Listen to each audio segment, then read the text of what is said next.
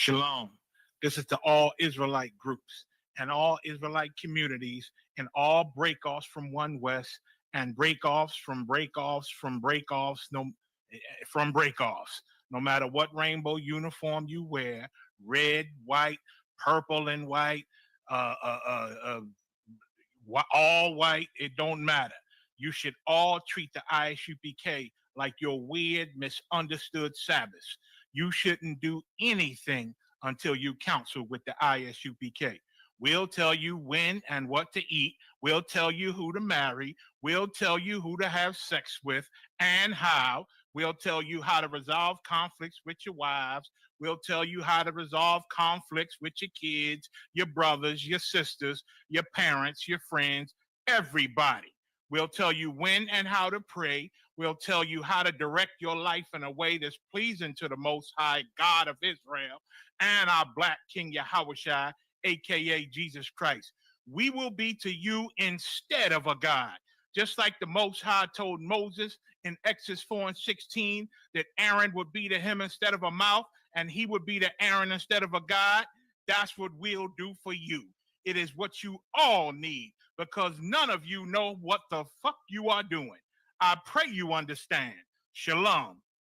All right. Hey, shalom on Christ. Got one question for you. Have you paid your Passover fees? Khan out of what Khan? Khan out of what Khan? Khan on Khan? Khan on Khan? Khan on Khan? Khan out of what Khan? Zalagia, have you paid your Passover fees? Zalagia, sir. You got one who has not paid his Passover fees. All of you, drop. Khan on Khan? Go. 96, 97, 198, 199. What did we learn today? To pay our Passover fees, sir!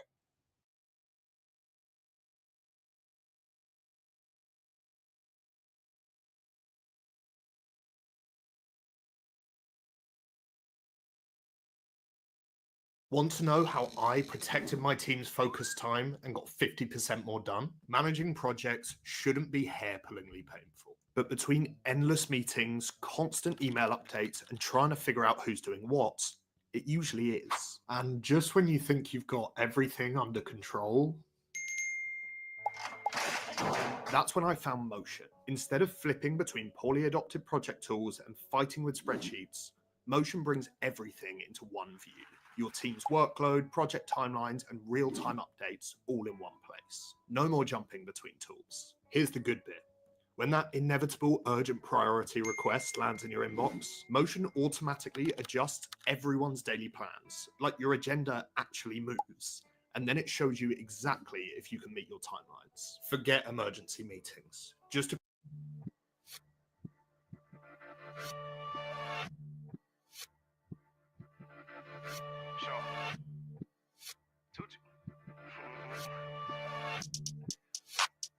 Don't let your strongest muscle be in your goddamn them Twitter fingers, nigga. Boss that nigga, man. Put your shit together, man. I'm overrated. So overrated. Overrated. So overrated, nigga. Coming on this bitch real fresh, bulletproof, high shoot, bitch, you better wear your vest. She try to get something off her chest, but the drip on her head made a mess. I'm a real piece of profit on this one, but nighttime sheet, I'm a beast. I'm like, here, eat it up, baby, eat. Here, eat it up, baby, eat. I walk with my pole like a pimp in the state that I got up a ton. I walk around with a lot of blaze, blaze, I lit a rip on it, yeah. Tonight it's a ride, I got a show, live show, and the nigga still indie. Hey, UPK niggas winning, UPK niggas gifted. Hey, I had a little money, but I lost a little money for that punk ass job. Now I'm getting paid off passion, so it's only right that I stunt. All the nigga wanna hate, frustrates on the face, boy, love wasting time. I don't hate being around broke minds, I motivate their ass and they grind. And that's a real ass leader, real ass nigga, 2G short in the flesh. And I'ma eat my plate so good, I'ma let a little bit while the dish. And I'ma beat down your block so rich, top off, you'll feel every leg. I went to another bitch house, cause that bitch ain't clean up the kitchen. And I ain't saying no names, give a goddamn shit, let that motherfucker learn.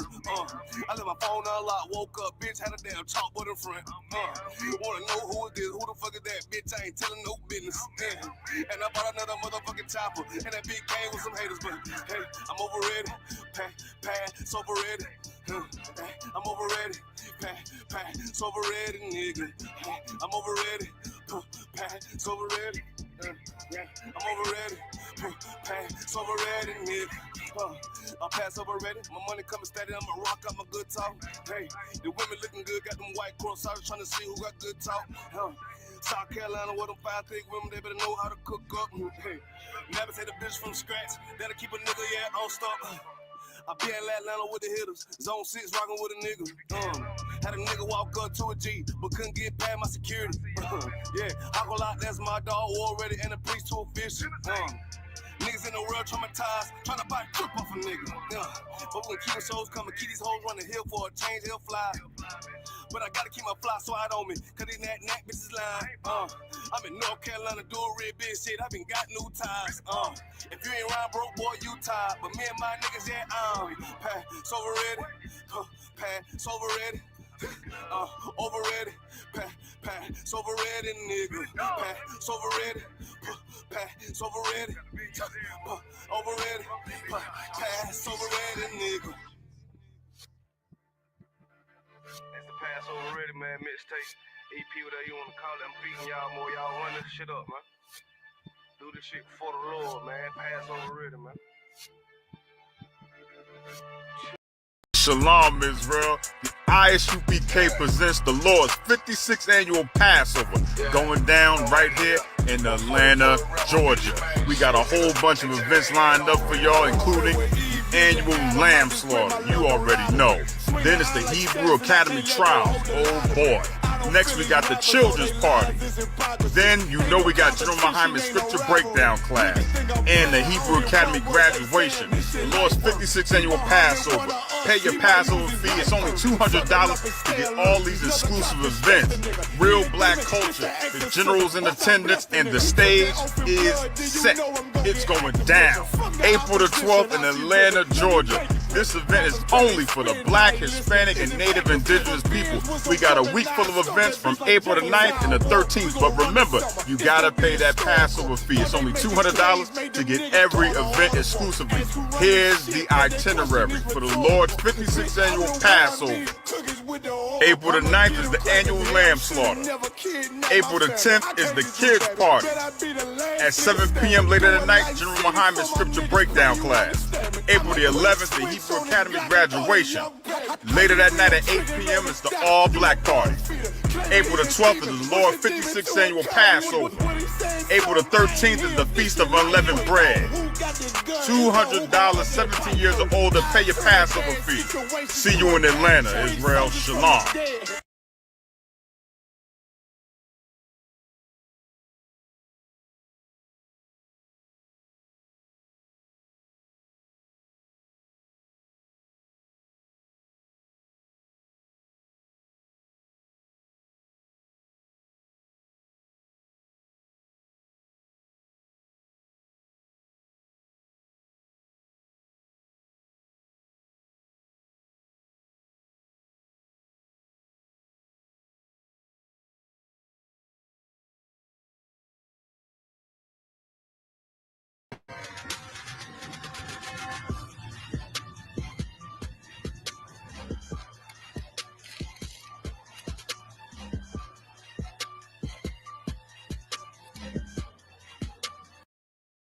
It's going down in Atlanta, Georgia. You're getting ready for the April 12th Passover, hosted by Commander Jimmy Yohani, you understand? So we're on our way out here to fly the whole Atlanta, let them know what is going down. So stay tuned.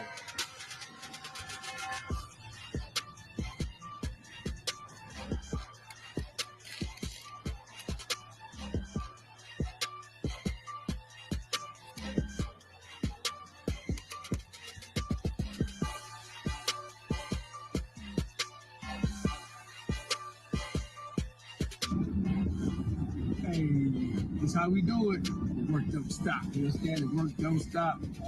All day, every day. See? City don't know, they gonna know after tonight. That's right. When we say go Passover, baby. Let's get it. No fighting, ain't no arguing, nothing like that. Nothing but love, right? If y'all want to be part of that, see what it's all about? It's always right there.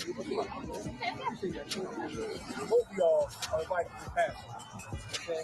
So just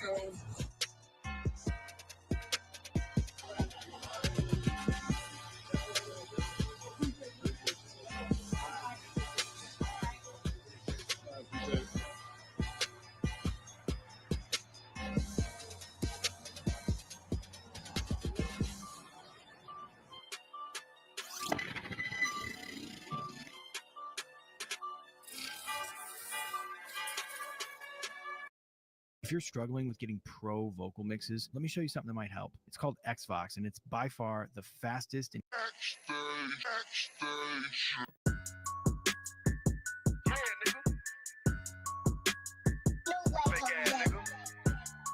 You ain't no Israelite, but you a gospelite, bitch. Fuck you talking about?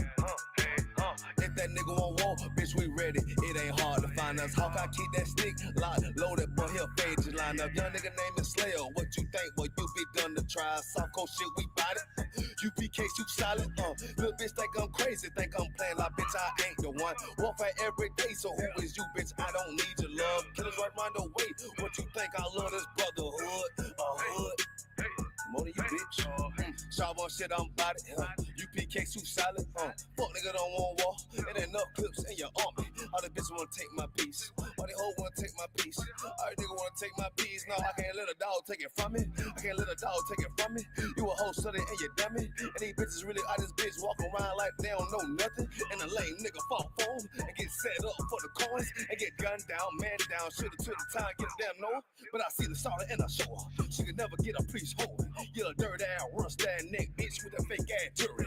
In Tennessee while I'm touring. It's a Tennessee, but she luring. Yeah, that sucker duck bitch ass boy, fuck nigga over that bit mugger. I say, if that nigga on wall, bitch, we ready. It ain't hard to find us. How can I keep that stick locked, loaded, boy, he'll fade you line up. Young nigga named is Slayer. What you think, boy, you be done to try. Soft coast shit, we bought it. UPK, you solid. Little bitch think I'm crazy, think I'm playing like bitch, I ain't the one. Warfare every day, so who is you, bitch? I don't need your love. Killers right round the way. What you think? I love this brotherhood. Hood. More than you, bitch. You a lame nigga down to me. Eat candy, but I'm sucker free. You a little nigga, ain't nothing to me. Base up, boy, I fit a beat. Yeah, AR-223. Draco with a magazine. Yeah, that clip run like limousine. I shoot your ass in the spleen. Boy, I bust your ass in the temple. We debating by the temple. Tell the truth, boy, you's a victim. And you squirm off like a lizard. Nigga walk down my road. Why does nigga come down my road? Boy, come down my road. Boy, I charge your ass toll fee. I'm a real big priest, nigga. UPK play for keys, nigga. Command to get a damn order, but ain't nothing to me to damn kill you. I stuck in his ass like a cat. All weapons, boys full of tech. Boy, like a close combat. Nigga got popped off for a neck. If that nigga on wall, bitch, we ready. It ain't hard to find us. How can I keep that stick locked, loaded, boy, he'll fade you line up. Young nigga named is Slayer. What you think, boy, you be done to try. South Coast shit, we bought it. UPK, you solid. Little bitch think I'm crazy, think I'm playing like bitch, I ain't the one. Warfare every day, so who is you, bitch? I don't need your love. Killers right round the way. What you think? I love this brotherhood. Hood. More than you, bitch. Christ said 7 women gonna be on one nigga in the end time. Nigga, fuck wrong with you, boy. Stressed by that damn whole ass bitch. Fake ass nigga too. Dumb ass motherfucker. Fuck you.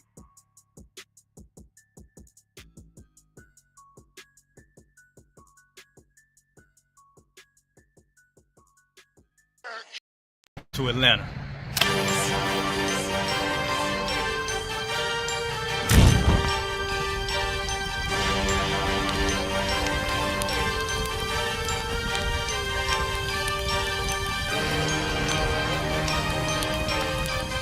Price is Officer 5000, Jeremiah Yachty, camp leader of Atlanta. Passover 2025, starting April the 9th, we got the lamb slaughter. April the 10th, we got General Muhammad's class. April 11th, we got the Black Party that's gonna have the Hebrew graduation. April the 12th, in Atlanta, Georgia, the 56th annual Passover, the only Passover under Commander Junior Hunter. Our great and holy King has honored us for turning our lives from the darkness to the light, man. There's no greater gift you can receive than to wake up to the truth and then commit your life to saving your brothers, man. Looking in their eyes and seeing their faces and seeing what they've suffered and what they've gone through and seeing the end of it, man. It is a guaranteed seat in the kingdom of heaven, man.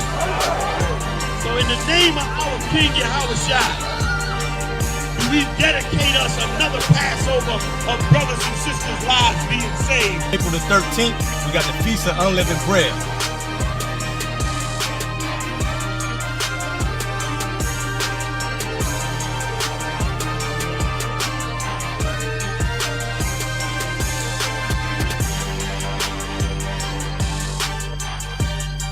Shalom.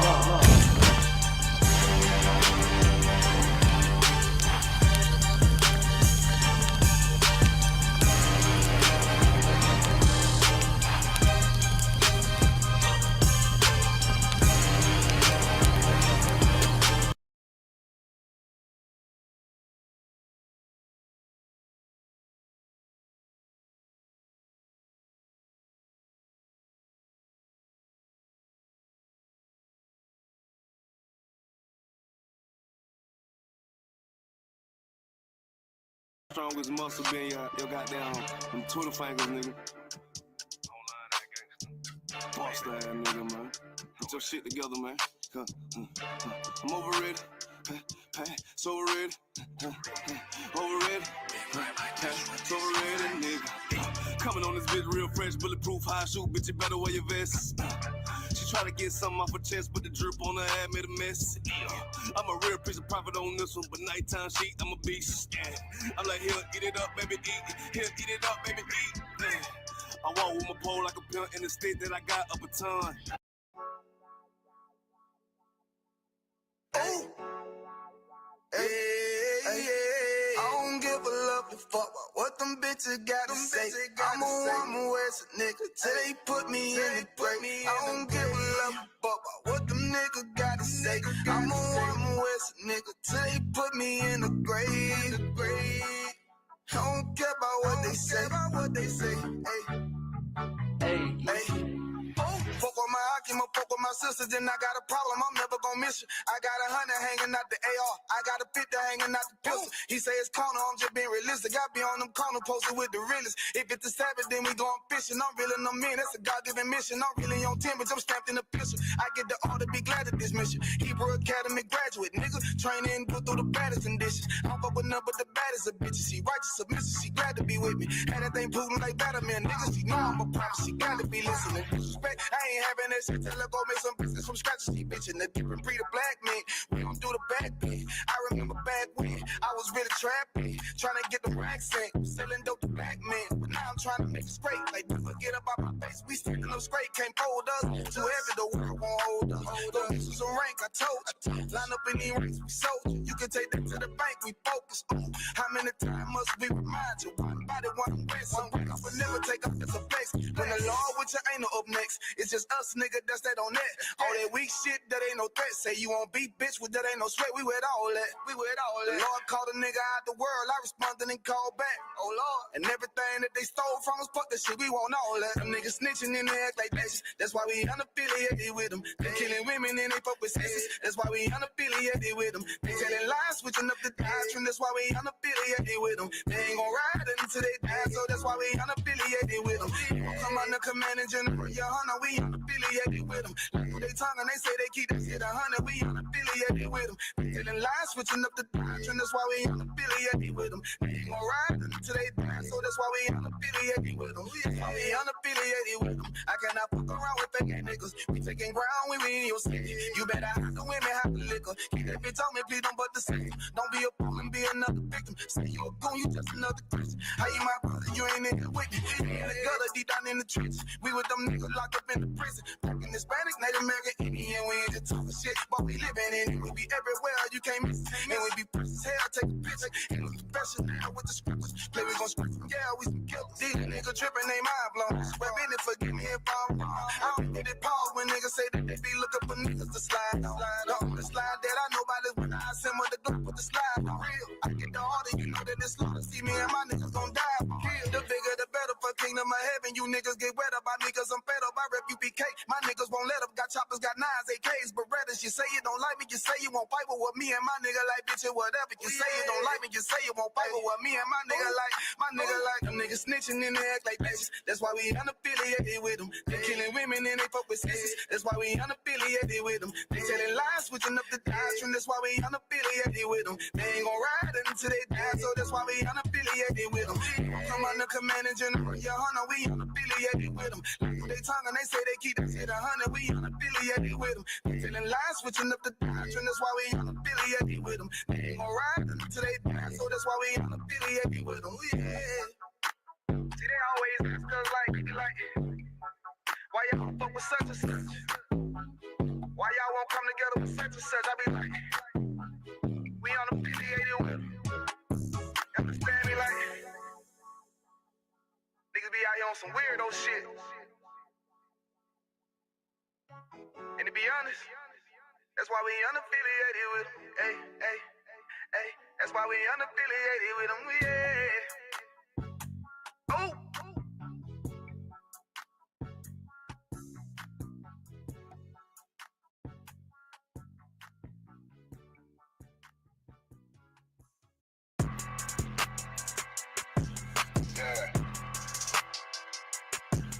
Yeah, you know what it is. 140 for the rebel, busy man shit, nigga. They turn their head over, nigga. Red way Eve did to Adam, I just pray my love don't lie to me. Swing the iron like Samson, I can't let no holder lie to me. I don't feel these rappers, oh they lies is hypocrisy. Ain't no competition, ain't no rivalry. Nigga think I'm playing, I don't hear one word they saying, this shit light work. Think Muhammad one of us, he might lose his life first. Circle up and stay alert. Another cop can stretch the nigga. He ain't demon, this an exorcism. Watch I bless the nigga. You took that open blood, then you know I'm gonna get active with you. From the opposition, I see vision. Let me paint the picture. Rappers claim they spit, now I ain't listening. Is effective. If revenge was a woman, now I stroke that bitch like Jacob. So I walk, we gon' run the summer. It's gonna be historical. Thought they making plays, made them niggas call the audible. As who run this shit, but their question is rhetorical.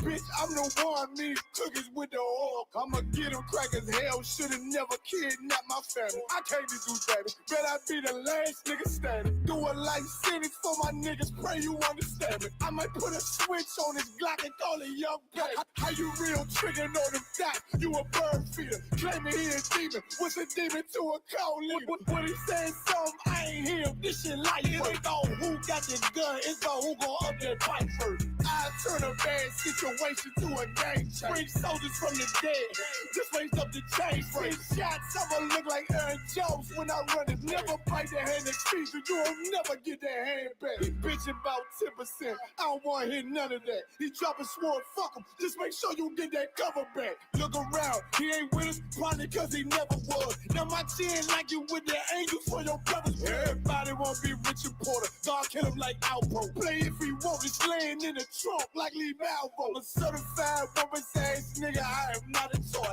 Hey, out with that hollow sign, yeah, this the Rim McCoy. Feel like Gullah Jack when I'm in Fayetteville, you feel your boy. Still up on my bread, still I think that's all that I do. The way I get it, boy, lost, they gon' start to call him Elroy. Fuck his game, pop out on them demons like I'm Hellboy.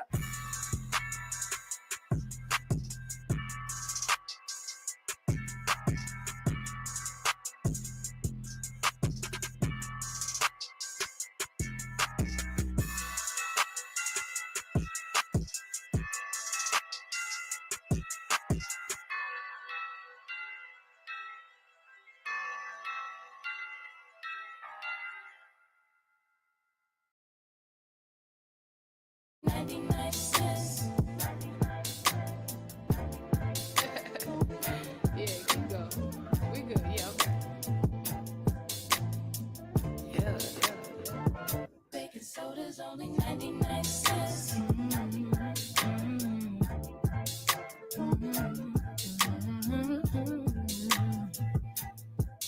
Yo.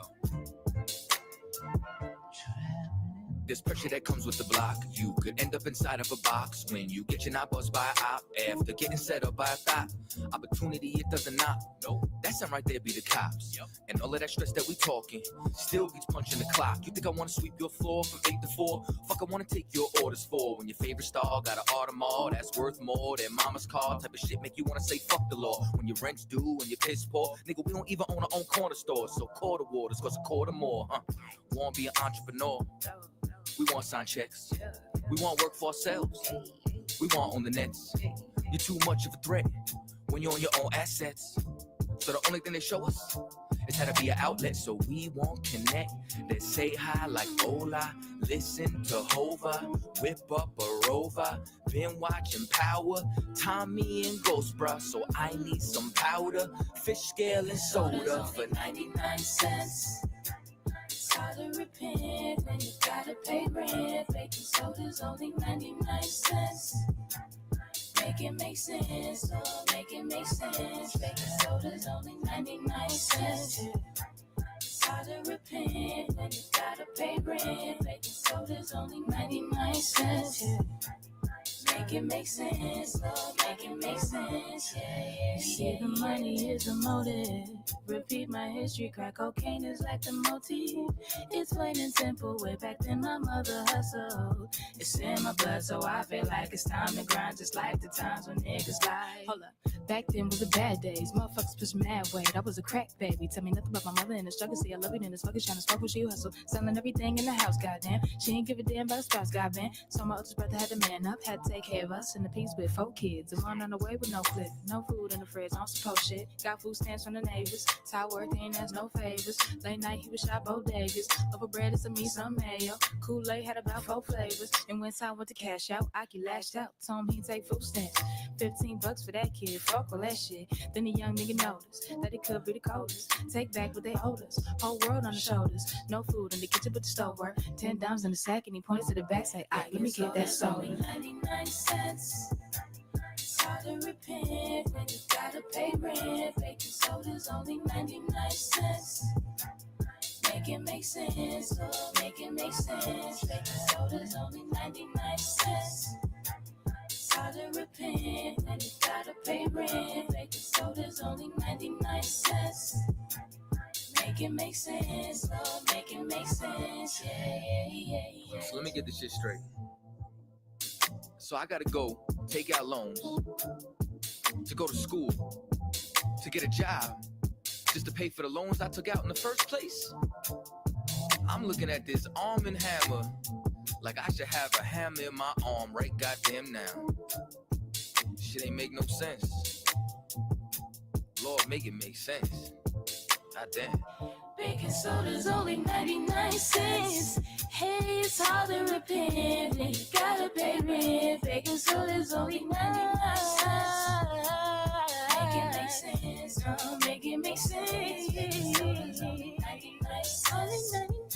It's hard to repent. You gotta pay rent. Baking soda's only 99 cents. Make it make sense. Oh, make it make sense.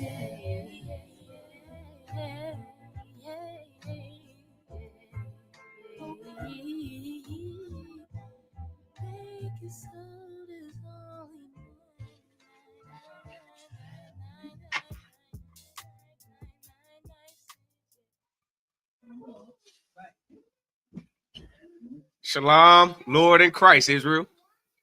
We are the Israelite School of Universal and Practical Knowledge, started out at 1 West, 125th Street, Harlem, New York, under Commander General Yohana. And since 1969, we have been teaching that Blacks, Native Americans, and Hispanics, that you see all these tribes on these walls, are the true chosen and lost tribes in these records that we call the scriptures. We can prove that through the prophecies in the Bible. We can prove that through archaeology. We can prove that through many sources, through anthropologists, a lot of sources and a lot of different resources, a lot of books that prove that Blacks, Native Americans, and Hispanics are the true chosen tribes of the Bible. Today is the Brotherhood class. Today is Brotherhood class. Let's give it up for Brotherhood. One, I want to start off and welcoming all the guests, all these beautiful faces we got out here, man. We got a lot of special people in the building, man. I appreciate y'all for coming, man. My family, got my brother, my sister, got my cousins in the building, my good brothers, man, my friends, you know, families, man. This is real brotherhood that y'all showing me by even coming. So I appreciate all of y'all for showing up, man. It's much appreciated, man. Thank y'all, man. I love y'all for that, man. Appreciate y'all, man. Thank you for coming.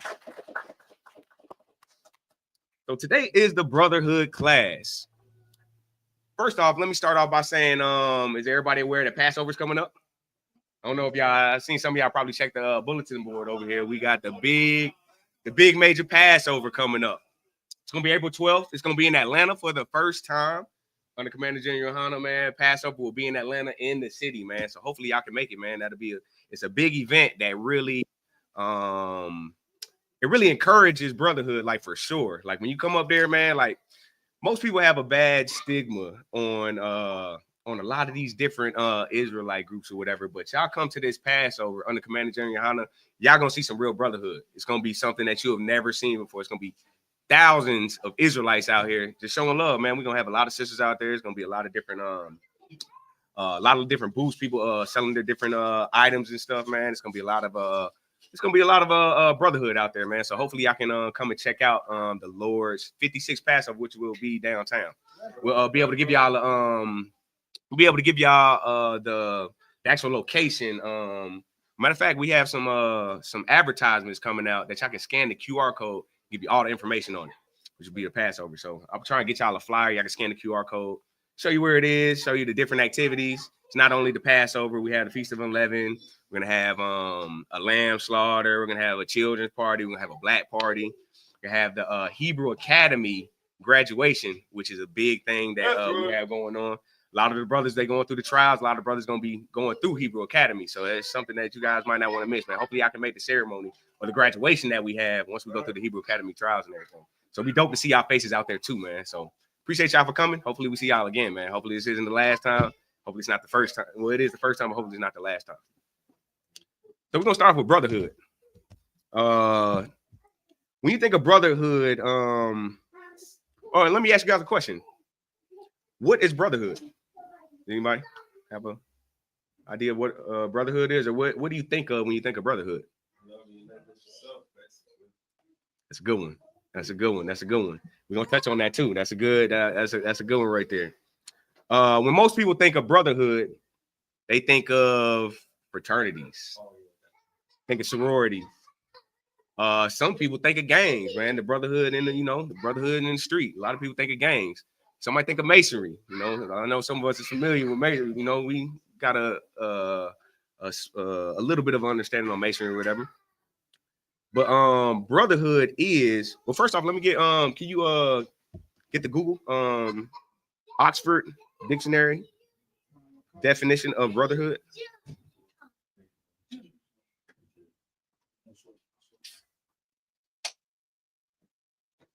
Oxford or Webster's Dictionary definition of brotherhood is one, it touches on what a brother is. One is the relationship between brothers. That's kind of cut and dry. We all know what a brother is. It's a relationship that you might have biologically with a brother.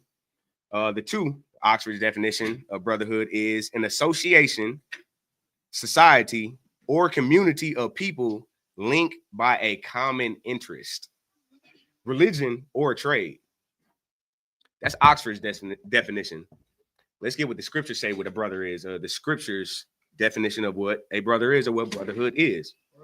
Can someone pull Matthew 12, 46 through 50 for me? So in these scriptures, brotherhood comes off sort of clear. We have a lot of different references and a lot of different precepts that touch on what actually brotherhood is. And Christ, he lines it up. Christ, he basically draws the line in the sand on what a brother is. Most of the time we think of brother, we think biologically, which, I mean, most of the time that is. I'm sure everybody's heard the blood is thicker than water. Right. So the actual term is a lot deeper than blood is thicker than water. But we're going to touch on that after we get Matthew 12, 46 through 50. Come. The book of Matthew, chapter 12, verse 46. While he yet talked to the people, behold, his mother and his brethren stood without, desiring to speak with him. Verse 47. Then one said unto him, behold, thy mother and thy brethren stand without, desiring to speak with thee. So Salaki, just to kind of give you our context of what's going on right here. This is Christ. He is he's basically with his disciples right now, and somebody is basically asking who is like, or basically why is your brother and your mother over there standing without you? Like, let's get the rest of that, and I just kind of like break down with Top of 47. You read 46? You in 47? If I may, let's go to the top of 46. Yeah, we start back over. Let's get it. The book of Matthew, chapter 12, verse 46. While he yet talked to the people, behold, his mother and his brethren stood without, desiring to speak with him. 47.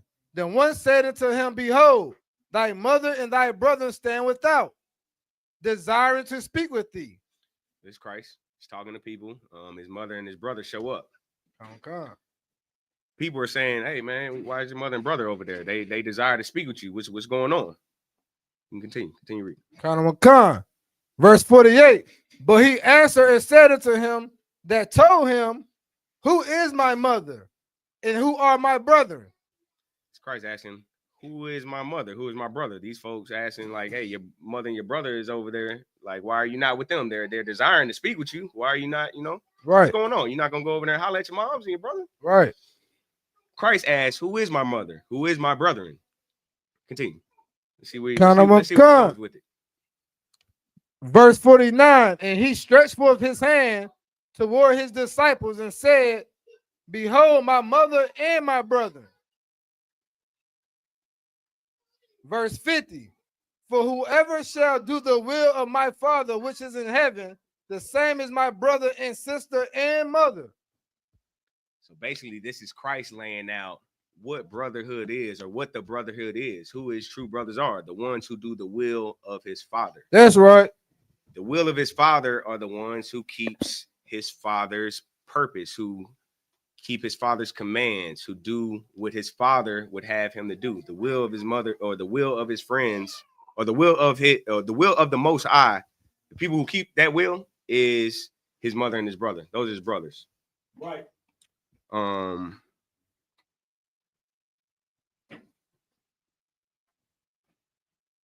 Let's get into also what brotherhood is. Brotherhood can be a few things.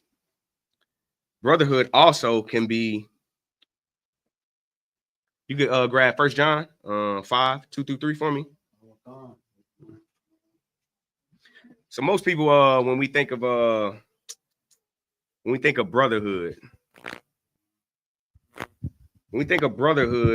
think that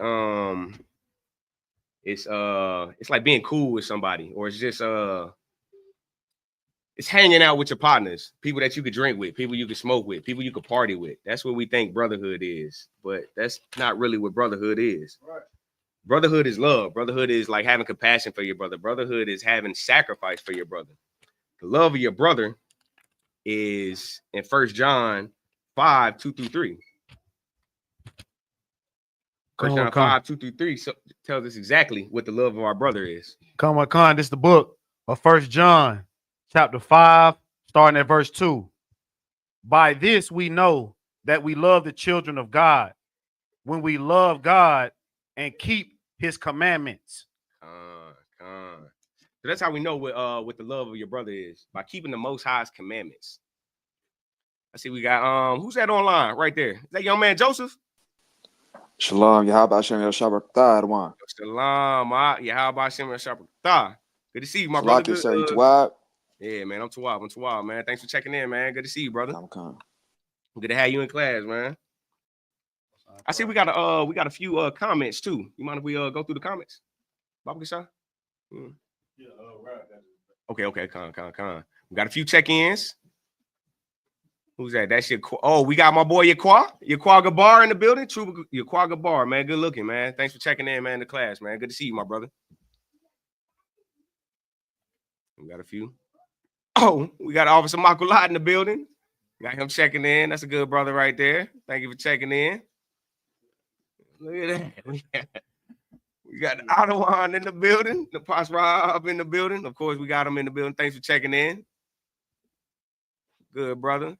Ottawa Mashiala checking in. Shalom, Lord in Christ, sir. Thanks for checking in, man. Much appreciated. Ooh, we got the heavy priest. Officer Halakaman checking in from he checking in from Georgia. We gonna keep it too discreet. Most High in Christ, man. That's the Ottawa right there. We got the Officer 1000. Officer Kahan Kazaya checking in.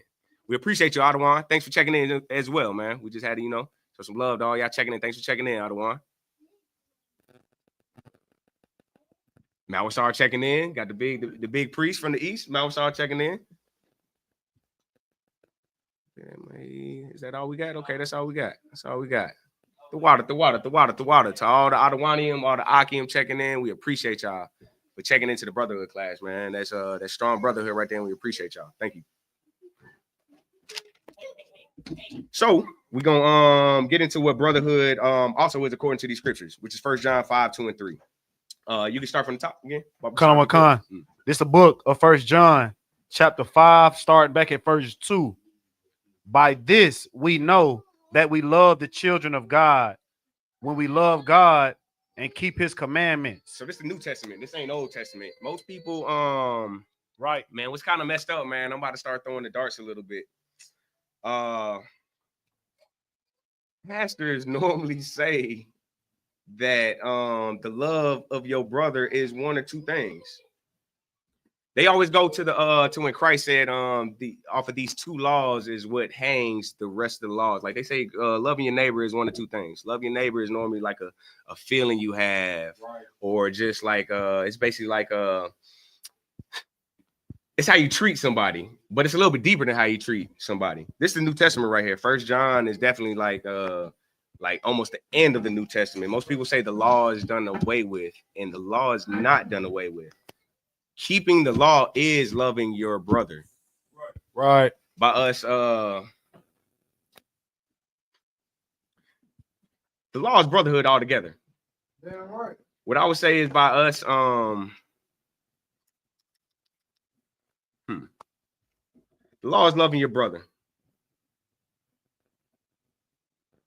The law is completely brotherhood. Everything about the law is basically how you treat your brother in the right way. Like the law is what gives us our standards. The law is what gives you your code of ethics.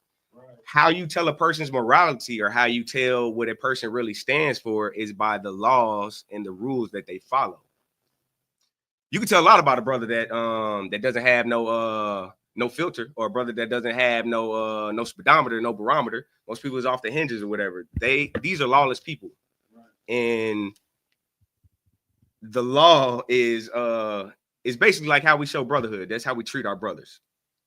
You get 1 John 4:20-21 for me? If you could. 24. 1 John 4 and 20. 20. We'll start at 20. Slaki, was that all? Did you just read 2, or did you read 3 too? 3. All right, 3 is the okay, yeah, 3 is the hitter. That's the kicker right there. Okay. This the book of 1 John, chapter 5 and verse 3. For this is the love of God, that we keep his commandments, and his commandments are not grievous. That's another one too. So like the first part of the scripture basically says how you love your neighbor is by keeping the commandments, loving God and keeping the commandments. The second half tells you and it shows you what it is and how you basically do it. Basically shows you what it is to love God. It's like a 2-for-1. It goes like a full circle. Loving your brothers, keeping the commandments, loving the Most High is keeping the commandments. Right. 1 John 4, 1 John 5:2-3 kind of lines that out clear as day. Salakia, sir. Khan, what you got? The part where it says, and his commandments are not grievous, his commandments are not difficult. The whole point of it feeling like it's supposed to be difficult is just so that you can show that even if it was, you'll still do it. Like that's where that feeling is war, like how God is a Lord of war. It's just showing that the Most High that you can battle to make sure that every commandment is kept. Salaki. That's heavy. That's heavy, man. Let's give it up for that brother right there. That's a good one, man. Appreciate that, man. You did touch on one of the most the end of that verse, which is super heavy. Like his commandments aren't grievous. They're not burdensome. They're not hard to keep. Most of us, when we think of the commandments, we think it's so many. We think that it's super hard to keep. They say, 600 commandments. How in the heck can we keep all of these commandments? But what I normally ask is, I mean, I'm pretty sure everybody, how do we all get here? Someone drove a vehicle to get here, right? Right. We know how many rules and regulations it takes to even drive, or how many laws are in this county alone that you have to keep to even drive your vehicle. Right. You know how many laws you got to keep to we're keeping thousands of laws to stay out of jail, like right now. And it's only 613 laws that the Most High requires his people to keep. And you don't even have to keep all of them. All the laws they're not even for everybody. Like half of the laws are agriculture. That's I right. I don't see that many farmers in here or whatever. So like that wipes out about 100 laws right there. Another portion of the law is just for women. That wipes out another good portion of them that men that we don't necessarily have to worry about. Women just have to worry about the laws that pertain to women. Men, we have to worry about the laws that pertain to us. A lot of the laws have to deal with commerce and currency or whatever. Ain't nobody in here banking. Ain't nobody in here having any financial services or whatever. So that wipes out a good few of the laws as well. So like when they say that the laws aren't burdensome or the laws aren't grievous, half the laws don't even pertain to us like that. We only have to keep the laws that do pertain to us. And those laws are like some of the most basic laws. It's just like a lot of it's your diet. Tells you the proper foods to eat. And I know my cousin, I know y'all in here. I know y'all, we got y'all in here. Y'all are the health food extraordinaires or the health food maestro or whatever. He has the juices too, by the way, man. Y'all check him out, man. Get his, holler at him with the juices and all that or whatever. But most of the laws are to keep you healthy.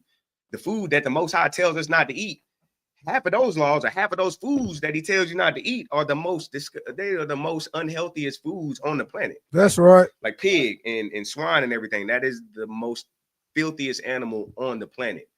All the fish or all the stuff in the shellfish and stuff, or all the different type of seafood that the Most High tells us not to eat. If you were to look it up right now, I challenge y'all to Google it.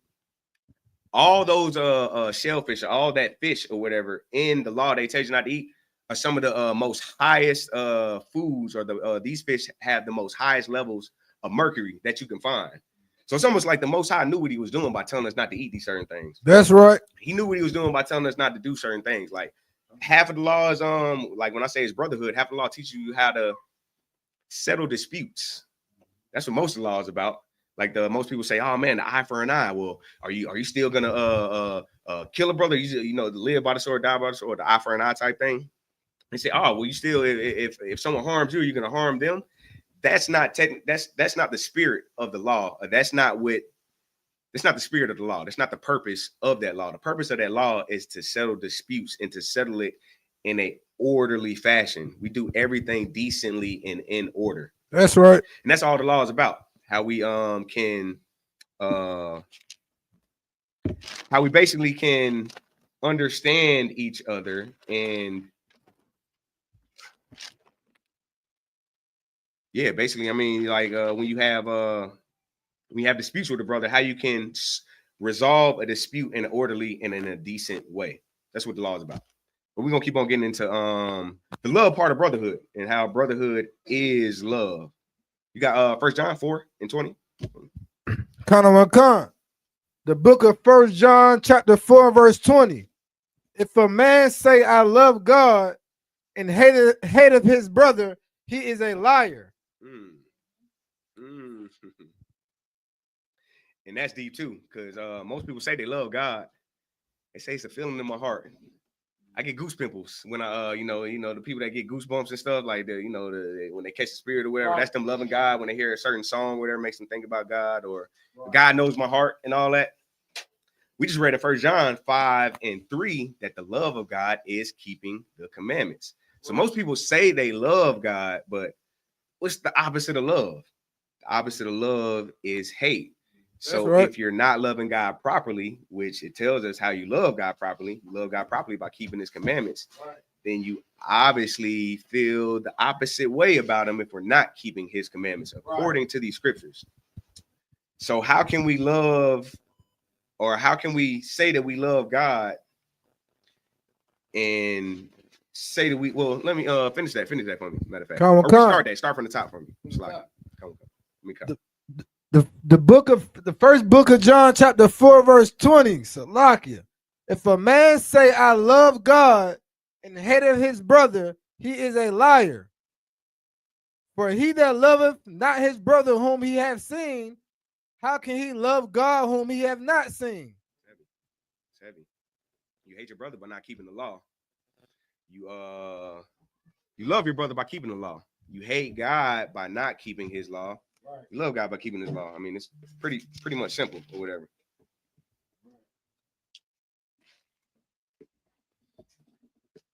Most people, or I would say most, a lot of our leadership who have been lacking, who have kind of been dropping the ball on us, they've been telling us that the law is done away with. They've actually been teaching us to sin. Does anybody know what sin is according to the Bible? Anybody? Come on. Mm-hmm.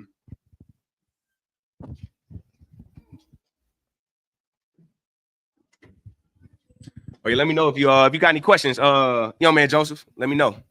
You got anything to say? Any questions? I'm too wild right now. Salakia. Cool. So what is sin according to the Bible? I got it right here, sir. Let's get it. If I may. Come. Hey, this is the book of 1 John, chapter 3, and verse 4. Oh man, another good one in the same book. I'm gonna tell us exactly what sin is. When most people think you're sinning, they think that you when most people think you're sinning, it's something that I don't know. It's a lot of times it's something that we kind of made up in our minds, but we have to go off of what the Bible tells us these things are. What the Bible tells us love is, what the Bible tells us sin is, what the Bible tells us brotherhood is. So Salaki, go ahead. What you got? Come on, sir. I got you. This is the book of 1 John, chapter 3, and verse 4. Mm-hmm. Whosoever committeth sin transgresseth also the law. Good night. We keep on getting back to the law. Salaki. All right. For sin is the transgression of the law. That is exactly what sin is. The law is not done away with. A lot of our leadership lie and tell us the law is done away with, man. They tell us we're under grace. And it is a huge misunderstanding on what grace is, man. The Bible keeps on doubling up, man. The Bible, it has a river and it keeps on doubling up. It always it confirms itself, and it confirmed itself about 3 times in the same book. That's right. And this ain't most people say, oh, y'all on the Old Testament, man. The Old Testament done away with, man. The law of Moses done away with. And it's kind of funny because they call it the law of Moses, really the law of the Most High or whatever. But when Christ came about and with everything that Christ taught, he came and taught exactly what was in the scriptures before. He taught exactly what he was reading. Because when Christ was around, like he had to read something. It wasn't like it wasn't no scriptures around. They had the Torah. So Christ, a lot of things that he taught, he was doubling down and he was preaching and teaching from the Torah. So Christ came and said that he basically doubled down. He gave us the spirit of the law, but he basically said that the law is not done away with. He didn't come to destroy. Most people say he came to fulfill. What does fulfill mean? Fulfill is to complete something. It's like how you fulfill a obligation, like you got an obligation you need or you have to do, or how you fulfill it's almost like a contract. You sign a contract and you have these stipulations in the contract that you have to fulfill past a certain time, like cats that play ball and stuff, or like football contracts or whatever. You have certain rewards that you receive from these contracts, and if you don't fulfill that contract or fulfill the certain things, you won't receive the rewards from that contract. It's the same with the law, man. we still have to fulfill the law for everything to be fulfilled. Christ That's said right. he didn't come to destroy, he came to fulfill. But not one thing shall pass from that law till all be fulfilled. All has not been fulfilled. There's a lot of prophecy that still has to be fulfilled. But I appreciate that answer. Oh yeah, what you got?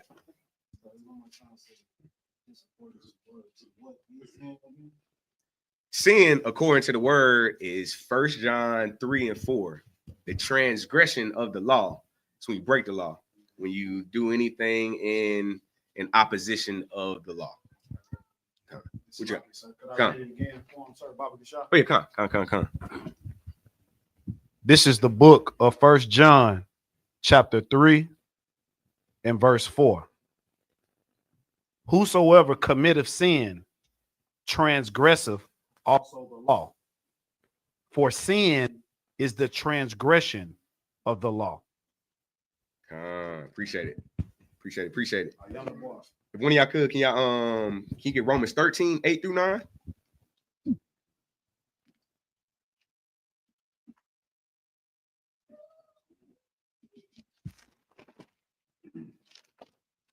Romans 13, 8 through 9.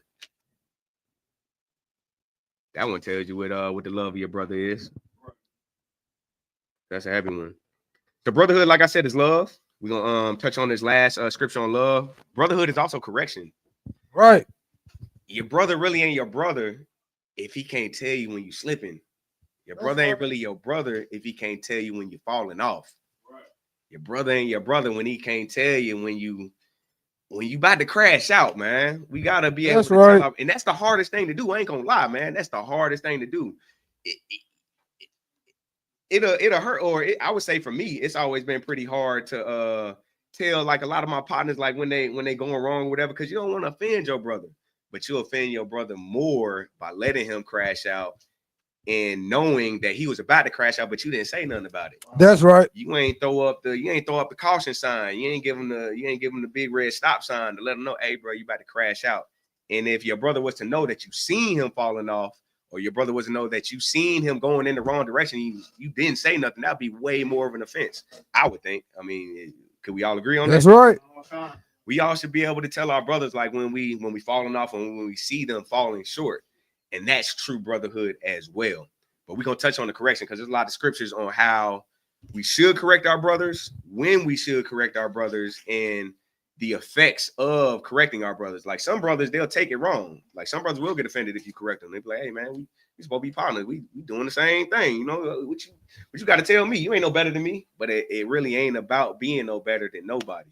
All right. Me, my brother, and my sister, and my brothers at the house this weekend, we was having a conversation about the broad road and the narrow road. Correction is heavy. Like most of us think we've all heard, or some of us have heard. Have y'all heard the scripture of how can two walk together lest they not agree?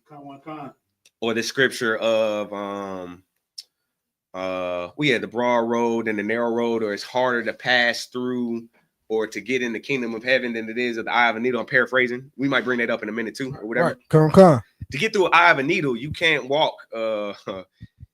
You can't walk in a group. It's gonna take for somebody to get behind the next to even squeeze through that eye of a needle, or to squeeze through the narrow road that it takes to walk. And by walking behind somebody or walking in front of somebody, that person walking in front of you, that's the person who is normally correcting you or normally can correct you because they know a little bit more. So you have to follow somebody, or you have to be behind or up under somebody in a brotherhood to where they've been there, or they can tell you what's going on. They can correct you. That's why it's so hard to pass through the eye of a needle, because you got to pass through it by yourself. But if we brothers and we are all going to the kingdom of heaven, or whoever endures gets to the kingdom of heaven, you have to be following behind somebody. And to follow behind somebody, that person that you're following behind, they should be able to correct you. And that's real brotherhood. That's right. We Salaki Adawan, you got another comment? I see you bring it up. Oh, Shalom Lord of Christ, sis. Yeah, thanks for tuning in. That's Sister Yaquar. We appreciate you for tuning in, sis. Shalom Lord of Christ. Appreciate your presence. Adawan. That's big Adawan right there. Appreciate you, Officer Kaz. Thanks for checking in as well, man. And we appreciate the love, man, as always, man. Appreciate the support.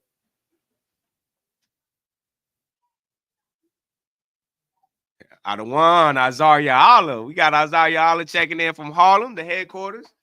Victor Watt, appreciate you for checking in as well, Adawan. Thank you.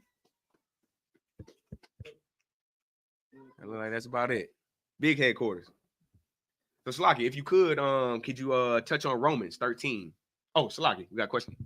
Oh, it's like quick precept for what you were just bringing out, sir, as far as that narrow path. Come on. But Second Esdras chapter 7 verse 7. The interest therefore is narrow and is set in dangerous place to fall, like as if there were fire on the right hand and on the left a deep water. That's heavy. The water for that precept. That's a good one, man. It narrows the way, man. Narrows the way. The broad road, man, is easily traveled and commonly traveled. It's hard to walk the straight and narrow and to stay on the straight and narrow. The hardest part is enduring to the end. What you got? Okay. Con. Super hard to walk the straight and narrow, man. But if you could, Romans 13, 8 through 9, if you got it, or 8 and 9. Top of 8, right? Top 8. Con. Top of 8. The book of Romans, chapter 13, verse 8. Owe no man anything but to love one another. Oh, no man nothing but to love your brother. You don't owe your brother nothing, but we owe him some love. That's right. What else you got? For he that loveth another hath fulfilled the law. That's Romans. This is New Testament as well. This Paul right here. It's big Paul. Romans. Most people say Paul did away with the law. Most people like to look at Paul as a schizo, like he ain't know what he was talking about, or like he was like a lot of people kind of misunderstand it. They say that we're under grace, and Paul's always saying that you're not under the law, you're under grace, and all that good stuff. But Paul, he kind of gets clear sometimes to tell you exactly like what was going on and what he really was about. Paul followed the law. Paul was a Israelite from the tribe of Benjamin. Paul knew exactly who he was. He followed the law, and he taught us to do so.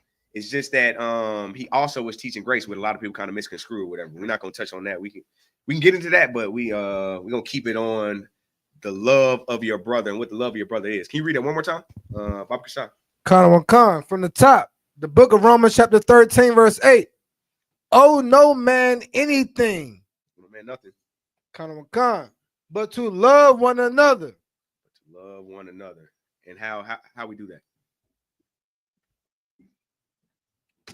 What does the rest say? Shalaki. Stay right in the scripture. That's right. Con.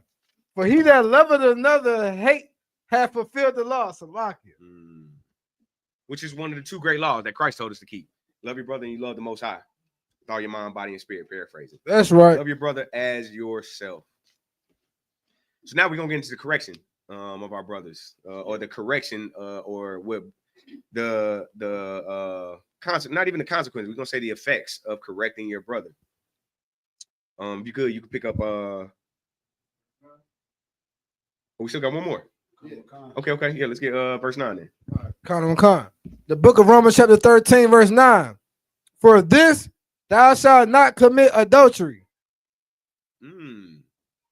Thou shalt not kill. Thou shalt not steal. Thou shalt not bear false witness. Against your brother, them commandments. Last time I checked. I'm gonna check those are the ones we know as the 10 Commandments, or the law of Moses that they tell you is done away with. If the law of Moses is done away with, then brothers can sleep with other brothers' wives. Or I can steal, I can go in your purse, I can go in your pocket and take a couple dollars because I needed it for work tomorrow for gas money. But you my brother, and we good. The law done away with. So I can borrow a couple 20s from you, right? Without letting you know. Would y'all mind if I did that? Yes, I would. I would, I thought I would think so, Counsel, sir. Immediately. Counsel. Court. Counsel. Salaki. But yeah, you got any more on that? Basically harps on like the laws that you do keep, or the laws that Salaki Adawan are fulfilled by loving your brother. What you got?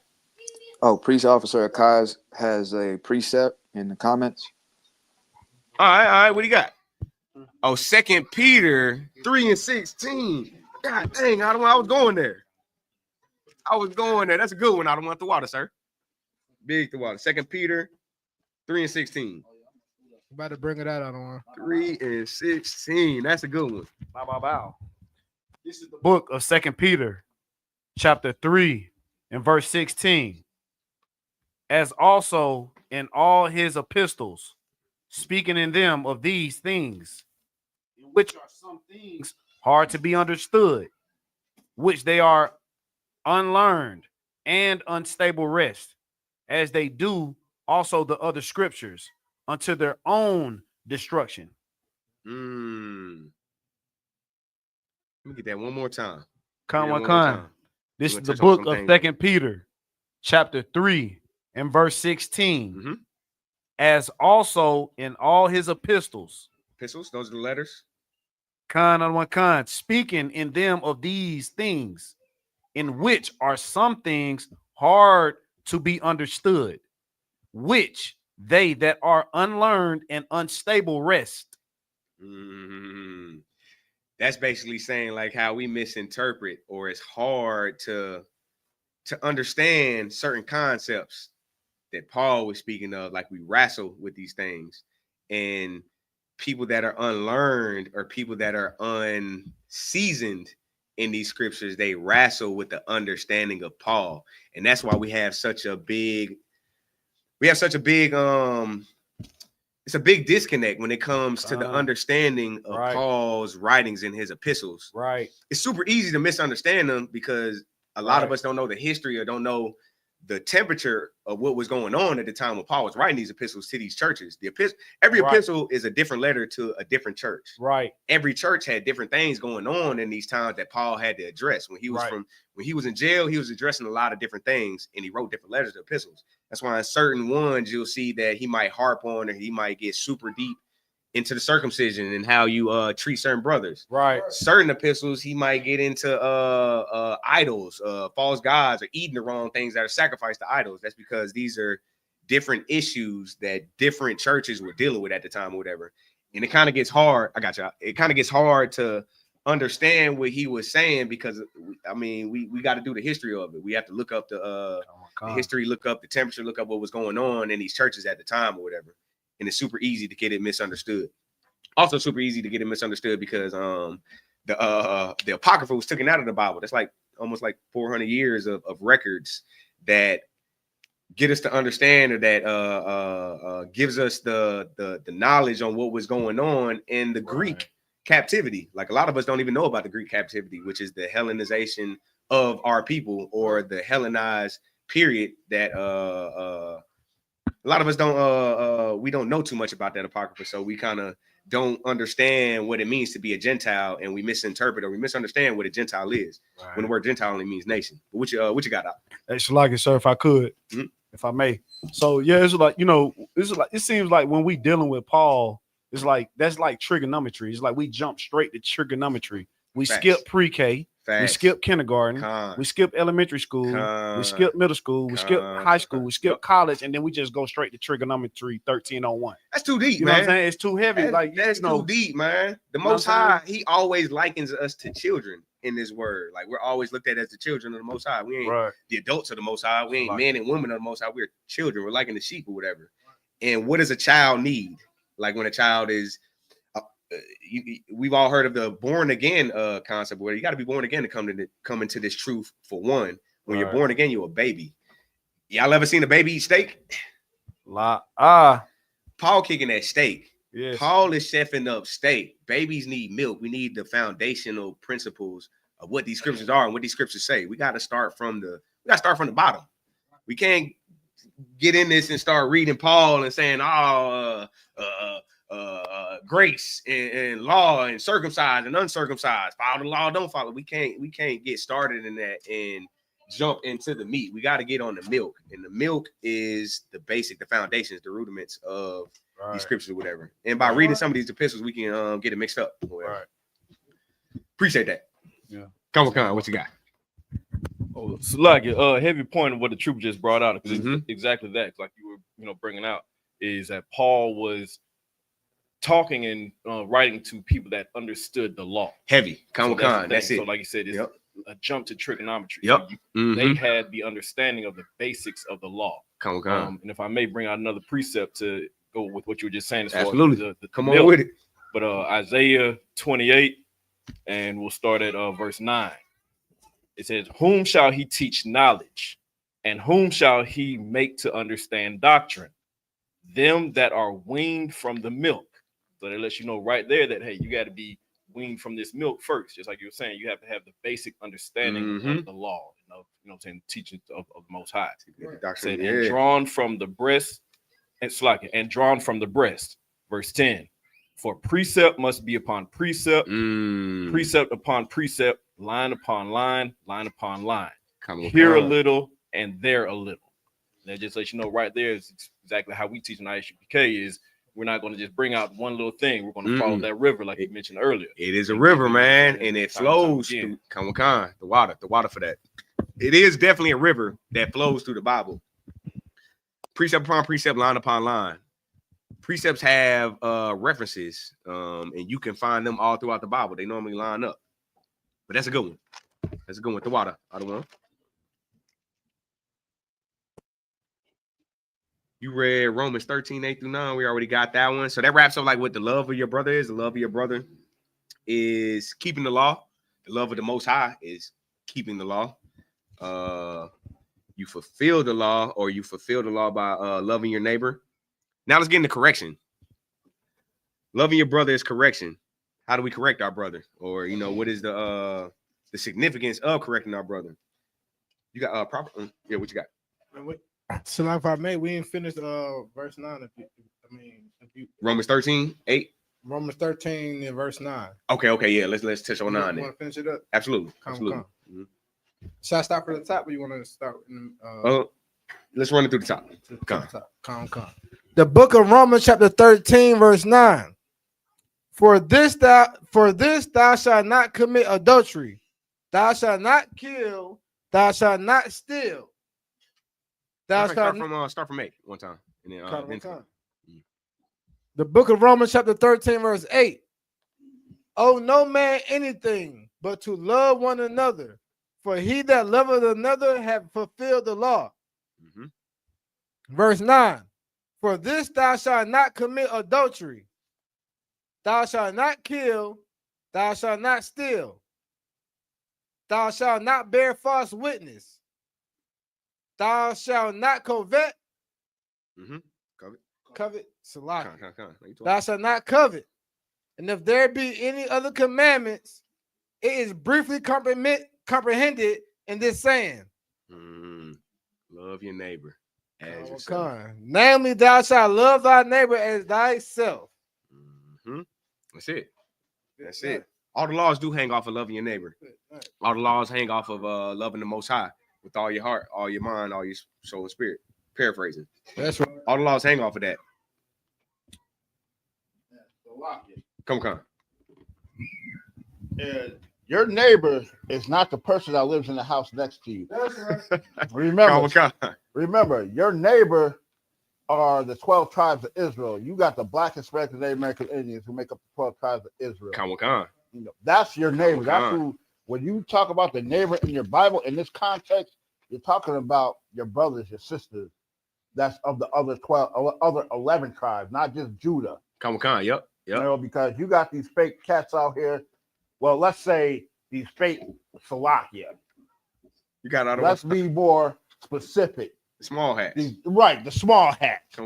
You know, the so-called Jewish man. You know, the pale-faced cave monkey. You know, who tried to claim to be us. You know, when you talk about you talking, you know, you ask them where the other tribes are, they can't tell you. They only know about Jews. Right. They only know about the Jews when it was definitely 11 more. Exactly. Because the ish is, you know, pertaining to be like. That's why they call them Jewish. So, you know, to bring the context into this, you know, to what you're teaching, right? You know, the 12 tribes are the Black, Hispanic, Native American Indians who make up the 12 tribes of Israel. You know, you got Gad, Manasseh. That's it. You know, Asher. Reuben. Right, Reuben. Tali. Right. Exactly. Yashakar. Right. Yes, sir. But yeah, all the 12 tribes are your neighbors. These are your brothers And these are the brothers that the scripture is talking about that you should have brotherly love to. That's right. It obviously can't be talking about anybody else because it says the love of your brother is keeping the law. The laws were only given to Israel, Right. 12 tribes of Israel. Because they went through the same thing that we went through slavery, because the transatlantic slave trade started right here in so-called America. Facts, come on. You know, with the so-called Native American Indians. Come on. A lot of people say they ain't. A lot of people say they ain't them. They say the Native American Indians ain't them. Taino Indian can't be them. They don't look nothing like us. They ain't went to slavery. They ain't come on ships. They actually went into slavery first. If we do the research, the Taino Indians, the Native Americans, when Christopher Columbus in 1492 sailed the ocean blue, that nonsense. When he came over here, he actually took the natives into slavery across into Europe. Like they went into slavery first. Then they started bringing our tribe over into America. So the Native American did go into slavery. So they did fulfill the same prophecies. They have the same curses. We all share the same curses, the same, basically the same prophetical curses that we have or whatever. We all share the same history and the same, we basically share the same history. Slavery and all the above. Come on, the water. When it hits up to the history of slavery, we share the same. We got, Come on, sir. So saying that to say that these are your neighbors, the 12 tribes of Israel, that keep the law, statutes, and commandments. These are your brothers. Can't be your brother, or the Bible wouldn't say by you keeping brotherhood or by you loving your brother is to do these things if these weren't your brothers. So yes, these are your brothers and sisters, the 12 tribes of Israel. That's right. Now we're gonna get into the correction of your brother. What exactly brotherhood is according to correcting your brother. How do you love your brother by correcting your brother? How do you love your brother by putting him on or telling him when he is flying off the hinge or taking the crashing out or taking a different road, taking the road he's not supposed to be taking? If you could, do you have Proverbs 27:5?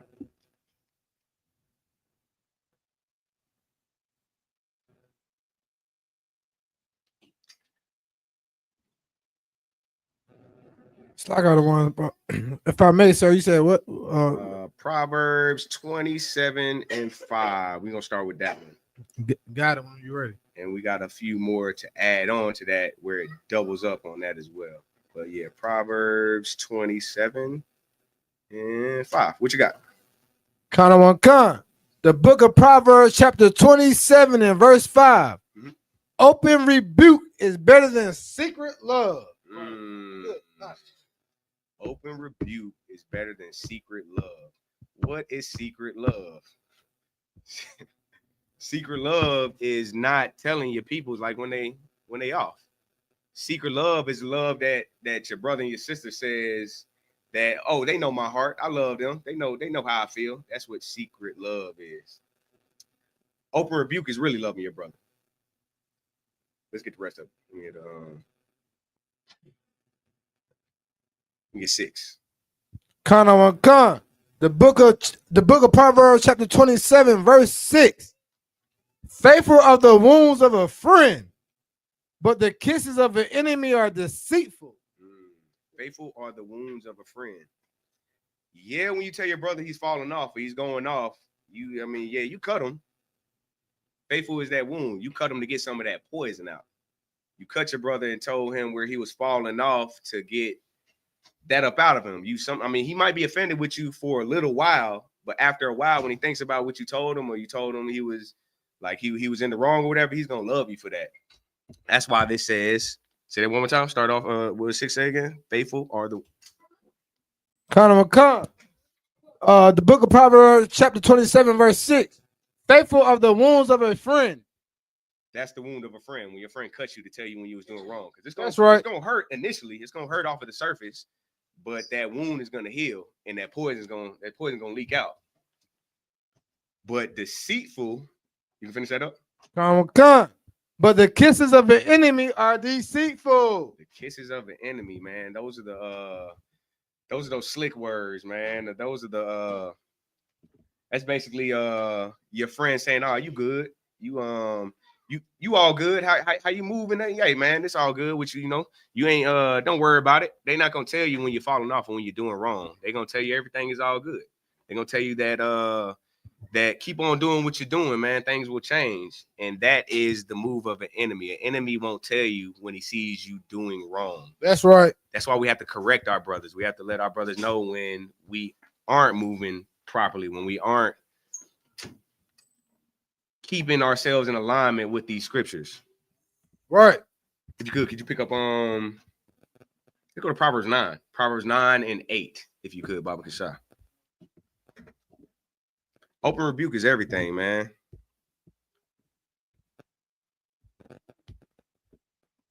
I got it when people you're are ready. enemies when they or we feel like people talking crazy to us when they telling us to or they giving us correction or whatever. When that's really love, man. That's really brotherhood. That's the real love of a brother.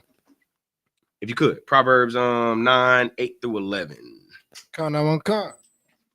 The book of Proverbs, chapter 9, verse 8. Reprove not a scorner, lest he hate thee. Rebuke a wise man, and he will love thee. Reprove not a scorner, lest he'll hate you. You correct the wrong person, or you correct a scorner, or you correct a foolish man, he's gonna hate you for it. He's gonna be like, dang, why, I thought I was doing what I was supposed to do. I thought I was on the right track. Damn, bro, why you had to? Was it that serious that you had to get on me and tell me when I was falling off? Right. Oh, Salakia, Adawan. Well, we'll keep on. But yeah, so reproving the scorner, he's gonna hate you, or he's gonna have a problem with it. All right. Read the second half of that scripture again. We're running back from the top, if I may. Khan, if you could. All right. Shalom. Okay, Khan. The book of Proverbs, chapter 9, verse 8. Reprove not a scorner, lest he hate thee. Rebuke a wise man, and he will love thee. Wise man, and he will love you. That's a good brother that knows, like a good brother knows when or a good brother knows that rebuke, or when someone is schooling you, or when somebody is telling you when you're in the wrong, that's love, man. That's wisdom. That's right.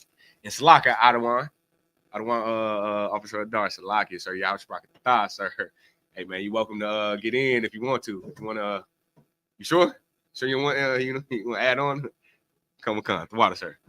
Come on. So yeah, man, that's wisdom. Wisdom is knowing when we need to be corrected. That's right. That's a wise man that knows when, if you're in the wrong, you're wrong, man. Like if I'm wrong, I'm wrong. Salaki, you had to, I appreciate you for letting me know. I dropped the ball on that one. I'm gonna correct it. That's right. When we drop the ball and when it's time to correct it. Fool doesn't appreciate that. The wise man appreciates that. That's right. Let's hit on Matthew 7 and 5, if you could, Baba Kashar. Anybody? Select for me, sir. Yeah, what you got? You don't want to go to you don't like verse 9? Did you finish verse 9? No, we didn't get to verse 9.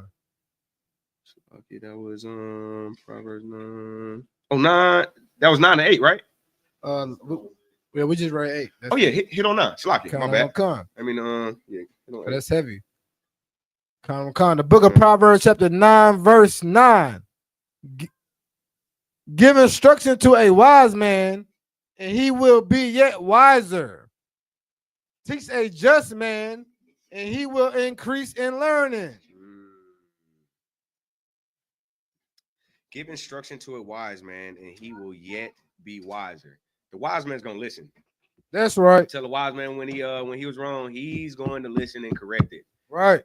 That's why the wise man becomes much wiser. Has anyone ever heard the saying, a smart man learns from his own mistakes, but a wise man learns from the smart man's mistakes?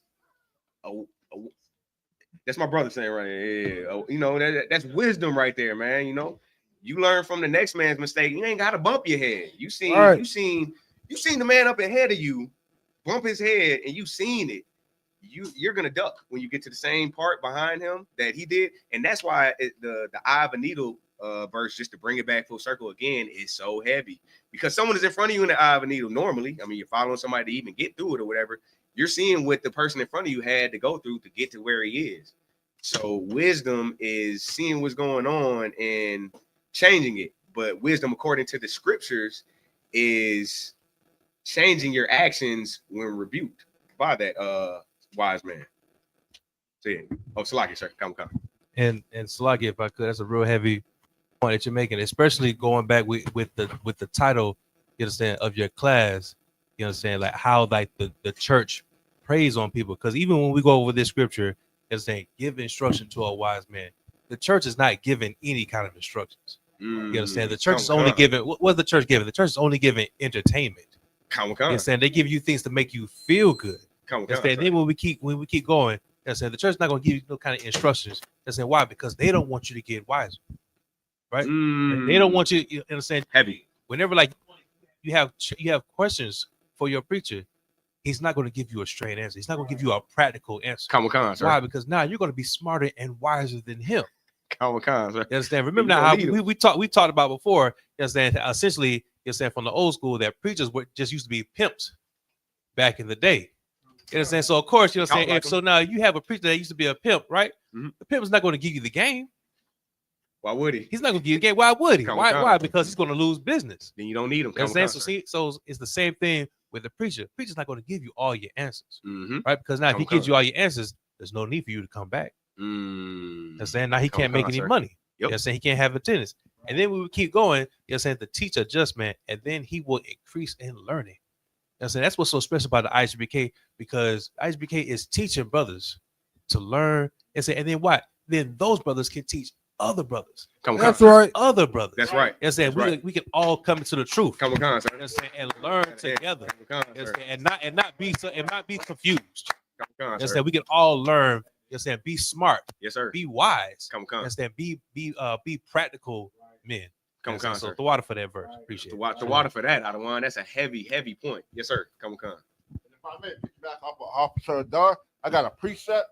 Come. Galatians 4:16. Am I therefore become your enemy because I tell you the truth? And that's what the church has become. Everybody outside of ISBK, because we teach the truth and we ain't telling no lies, and we just crushing false doctrine. They have become our enemy. You know, so when they ask that question, yes, you are. You're our enemy. Because we're not telling the people, you know, what they want to hear, you know, to make them feel good. You know, to shout and dance, clapping and you know, singing, playing pianos and all that, and banging on drums and tambourines. We definitely ain't smacking no tambourines. Straight to it. Adawan said, you know, this is practical knowledge. Make it practical. We practice every day. The law, statute, commandments, not to sleep with our brothers' wives. Right. You know, not to try to steal from our brother, not to hold our brother up. None of it, you know. Right. It's almost like it's almost as if the pastors of like Christian churches almost hate us. Like they're not teaching what is in these scriptures. Hey, if someone can someone pick up Matthew 7:15, then we're gonna jump back to Matthew 7:5. I'm all the way there, sir. So Matthew 7:15. This is exactly what's going on. It's almost like I like the title. Your Christian church, they're gonna pray for you as they're praying on you. They're praying on you because they're praying on you because it's almost like the pastor has to hate you if he's not gonna tell you to follow these laws. If he's gonna tell you that the law is done away with and we're only under grace, how could he truly love you if the love of God is teaching these commandments and following these commandments, which the scriptures say? Pastor can possibly he couldn't possibly love you if he's teaching you the exact opposite. Like, unfortunately, like when you do go to church is held on, it's not even held on the Sabbath. So that's like one of the main commandments that we break. Like you keep the Sabbath and you keep it holy. They don't even like congregate on the Sabbath. But Salaki, what you got? Except for tithes. I mean, that's they follow that commandment. They want to follow that commandment. But yeah, that's a good one. That's a good one. 7:15. Khan, yes, sir. This is the book of Matthew, chapter 7 and verse 15 in the red letter. That's Christ speaking. Beware of false prophets, which come to you in sheep's clothing, but inwardly they are ravening wolves. Inwardly they're ravening wolves. They come to you most of the time when people see or when people see us, they don't, I don't know why they don't look at us as when you think of a priest, you think of dude with a collar, clean shaven face. Right. You think of a suit and tie or a gown that comes down to down to your ankles or whatever. They don't think of a true priest and a true prophet. Like when you get into these scriptures, true priests and true prophets were warriors. They were men of war. The Most High is a man of war. When you seen Christ, when he was wearing that garment, you see that was a man of war. Like when you think about the prophet Samuel, man, brothers were scared when Samuel was coming around. They was fearful of when he would come around because they didn't know if he was going to cast judgment on you. When you seen the prophet, you didn't know if he was coming with a sword or coming with well wishes, like Salakia. So like when most people think of who are prophets or the priests they think of who is in the pulpit. When unfortunately who is in the pulpit isn't teaching us what Christ taught us to do. And that's how these supposedly prophets, or that's what this verse is saying. These are the wolves that come in sheep's clothing. They come with a nice word. They come like how you said the pastors used to be pimps or whatever. They come with the smooth words just to get your tithes, but not to tell you to keep the Sabbath on the Sabbath, or not to I mean, we all heard about it. Most pastors is sleeping with other brothers' women. They commit adultery in there. Homosexuality is heavy in the Christian church. Pedophilia is heavy in the Christian church. Like most of the time, like you hear, or I've heard plenty of stories of like you sending your child off to the retreat, or you send your child off to vacation Bible school, and the pastor's over there playing with your son. That is that wolf in sheep's clothing that these scriptures is talking about. You read that one more time, Slot. This is the book of Matthew, chapter 7 and verse 15 in the red letter. Beware of false prophets, which come to you in sheep's clothing, but inwardly they are ravening wolves. Ravening wolves, ready to prey on you, man. Ready to prey on sheep. What is a sheep, man? We're normally looked at as sheep according to the scriptures, like the Most High, or like the scriptures normally liken us to sheep, or it's an analogy that we are the sheep. What is a sheep? What's the sheep's characteristics? A sheep's characteristics. Most sheep are. Don't take this the wrong way. Most sheep are kind of simple. They're herd minded. Like if you let a sheep run, if you let a sheep walk, or you let a sheep like go on its own or whatever, like a sheep will run off of a cliff if you let it. That's why a shepherd would always have to have the shepherd's hook to corral the sheep. So sheep are normally well, I would say let's liken it to people. Sheep listen to who the leader is, and whenever they're led astray, they're led off of the cliff. And that's what these wolves in ravenous clothing are doing to their flock. They're not feeding the flock, and woe to them that don't feed the flock. It's like Matthew 7 and 5. This is the book of Matthew, chapter 7 and verse 5 in the red letter. Though hypocrite, Salakia, Matthew 7 and 5 in the red leather. Thou hypocrite, first cast out the beam. Salakia, hold that one. Could you get Jeremiah 23 and 31 if you could? Salakia. And then we're gonna get back on that. That's correction right there. So we're gonna get back on these false prophets that are leading the sheep astray, unfortunately. This is the book of Jeremiah, chapter 23 and verse 3. And I will gather the remnant of my flock out of all countries whither I have driven them, and will bring them again to their folds, and they shall be fruitful and increase. Salaki, that was Jeremiah 23 and 3. Oh no, Salaki. Well, this whole chapter is on false prophets. But if you could you get Jeremiah 23 and 21? Salaki. Yes, sir. This is the book of Jeremiah, chapter 23 and verse 21. I have not sent these prophets, yet they ran. I have not spoken to them, yet they prophesied. That sounds like a lot of the misdirection that we getting from the Christian church and from these pastors, man, that are saying that they are hearing from them, yet they're not telling us. These pastors don't even keep the feast, and these feasts are everlasting covenants that the Most High has with us, are everlasting, basically commands that He told us to do. We're supposed to keep the feast. We're supposed to keep His commandments. These feasts are Sabbaths. We're supposed to keep the Sabbath, which we don't keep, unfortunately. And if you could keep on reading. 20.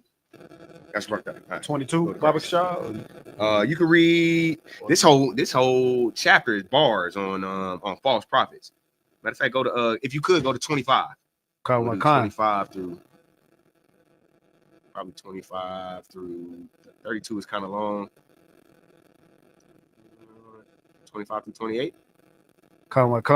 This is the book of Jeremiah, chapter 23 and verse 25. I have heard what the prophet said, that prophesied lies in my name, saying, I have dreamed. So this verse right here, I mean, I'm pretty sure we've heard I have a dream. Everybody heard I have a dream. This is talking about your boy. This is talking about Dr. King. Adawan, he is famous for saying, like, Dr. King had a dream, but it failed. The dream that the king had failed. Martin Luther King, his dream failed, unfortunately. His dream was for us to integrate with a people that he wanted us to integrate into a burning building. He wanted us to integrate with our enemy that never had love for us, our enemy that never had any had no good intentions for us. Like the enemy, like that he wanted us to integrate with, they were just integrating us to basically use us and to continuously abuse us. What have we gotten since we've integrated? We've gotten worse schools. We've gotten broken families. We've gotten drugs in our communities. The same house that we wanted to integrate in, we integrated in a house with a cook in the kitchen that ain't even have seasoned food or whatever. Right. Like it. We want to integrate in sitting in today restaurants and I don't know if y'all heard some of our older predecessors say, like, the food wasn't even that good. They was getting beat and slapped upside the head for some food that tasted like that was trash.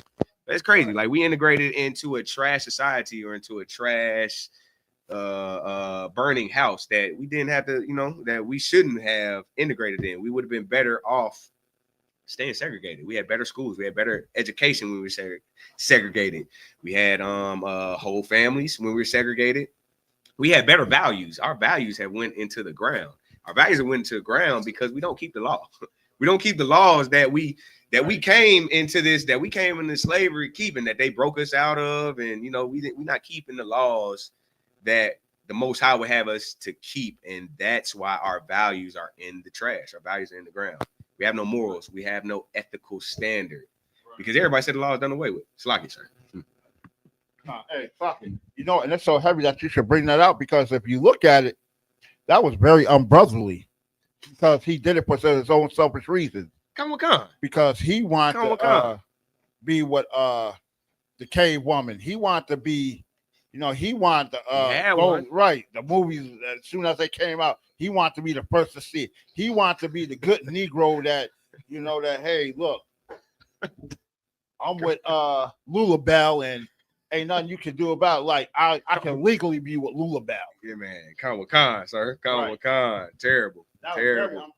That was his intentions, man. His intentions were selfish, and that is super unbrotherly. Like, thinking about self. Like, yeah. So, come with Khan. What you got? The water. Oh, Salakia, sir, got a comment from Priest and Officer of 1,000 Cause. Yes, sir. Says, Salakia, Priest, you should change the title of your class to The Christian Church Praise on You. You're hitting some heavy points. The water, Adawan. The water. Yes, sir. The water, Adawan. But yeah, man. King, man, he integrated us into a burning building. He integrated us into a failure of a failure on top of a failure. Salakia. But yeah, man. If we could, let's hit one more. Are we still? Is there any more on that verse? Like, Connor, I know you had asked me to read Jeremiah 23, 25 to 28. I was at 26, but come on. We can really go all the way up to 32. But yeah, we can keep it. We can keep it going. No, it's the water. The water. If you could.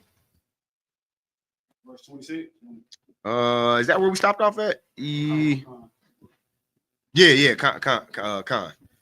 It said Jeremiah 23 and 25 was I have a dream, which is talking about King. Con. Yeah. It's the book of Jeremiah, chapter 23 and verse 26. How long shall this be in the heart of the prophets that prophesy lies? Yeah, they are prophets of the deceit of their own heart. Verse 27, which think to cause my people to forget my name by their dreams, which they tell every man to his neighbor, as their fathers have forgotten my name for Baal. Khan, we definitely forgot about the Most High's name by getting it incorporated and added to this dream that King had. This dream that became a nightmare, man. This dream that messed up our community, man. We forgot the Most High's name. We forgot the Most High's ways. We forgot the Most High standards. The standards that we keep, man, are in the trash, man. Look, now we got Sexy Reds and Meg Thee Stallions, and we got the young niggas spinning blocks on every track and shit, man. Now we just, man, our standards is super low right now, man, and we lost our values, man. We used to love each other, man. We used to have real brotherhood. We used to in the civil rights era, or even before the civil rights era, we had real community, and we lack that now. Like I mean, how many of us even still talk to our neighbors, like in our neighborhood? Do we still build relationships with our neighbors? Oh, no, I'm just kind of asking, throwing that out there. It's not a rhetorical question, but it kind of is. But like, we don't even kick it like we used to, man. We don't even. Of course, we don't have a family. Like, for you to even have a community, it starts with the strong family. It starts with the base. It starts with the unit. We don't have strong family units, so we don't have strong community units. And of course, if we don't have a strong community unit, we're not going to have a strong nation. We don't have a strong nation, then everybody, we up for sale. Like they do anything they want with the black with the black community or whatever. Like we for sale when it comes to voting. Like how they pander to us and how they be shucking and jiving, and how they had all these crazy artists coming into these conventions to try and get our vote. Like we for sale right now, and not even for sale because they don't even pay for it. Everybody else, they got to pay for these folks. They got to put money out, or people have to put money to even get laws passed for them in other communities. And majority of other communities, like a lot of these other communities, don't even have to vote. Like when you think of the China man or the Indian man, they don't give a damn about voting because that type of stuff doesn't affect them. That type of stuff doesn't affect them because they have strong communities. They have a strong homeland to go back to. They have a strong they have basically strong leadership that they don't need that, man. They circulate their dollars within themselves 100 times more than we do. Unfortunately, we have to buy from everybody. We have to depend on everybody because we don't depend on each other. We don't have that ecosystem that it takes for us to even grow or for us to even become strong enough to even not even need the house that we integrated in. Yeah, Slotty. Is that it on that? Cool.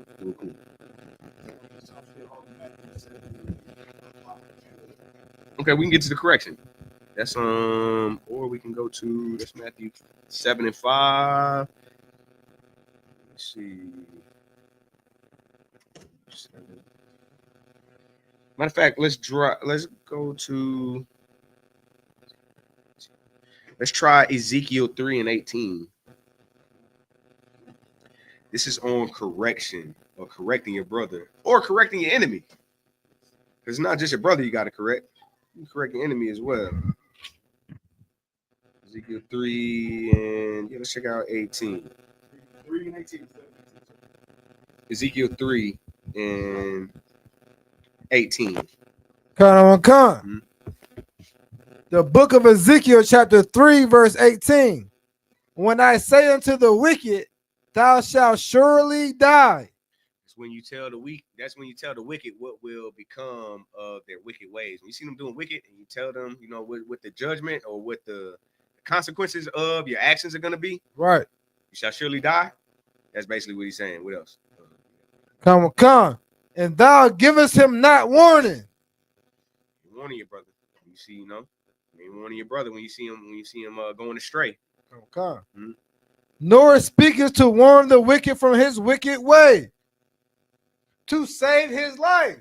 Save his life, man. The wages of sin is death. That's right. The wages of sin is death. So anytime we are sinning or breaking the laws of the Most High, death is to come. That's Most right. people think because I did wrong, I ain't died today. They think that, oh, we good. Hey, everything all good, player. You know, we good. We you know, hey, we did the BS yesterday, but I ain't died from it. But did you die? You ever heard, you know what I'm saying, people say that shit? You know, they think because that the consequences aren't speedily come, that death isn't coming. But this death that it talks about is a spiritual death. Right.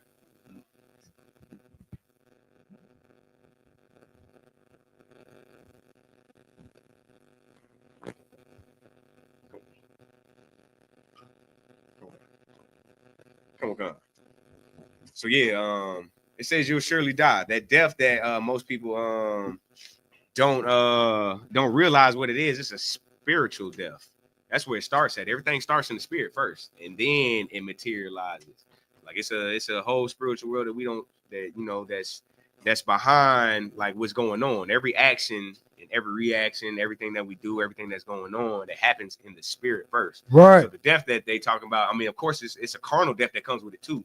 If you, I mean, play stupid games, you win stupid prizes. Like if you want to do That's right. certain things that of course the obvious. Like if you want to get out here, man, and sleep with 1,000 women unprotected, man, death is surely to come, man. You will get the lump. Right. If you want to get out here and come. You want to get out here and rob brothers or whatever. Death will find you. That's it will right. Come back on you. You want to get out here and play like that? That will find you. But it also will find you spiritually or whatever. That Right. spiritual death is the disconnect from the Most High. What else? Keep bringing that on. Yeah. We'll finish this one. All right.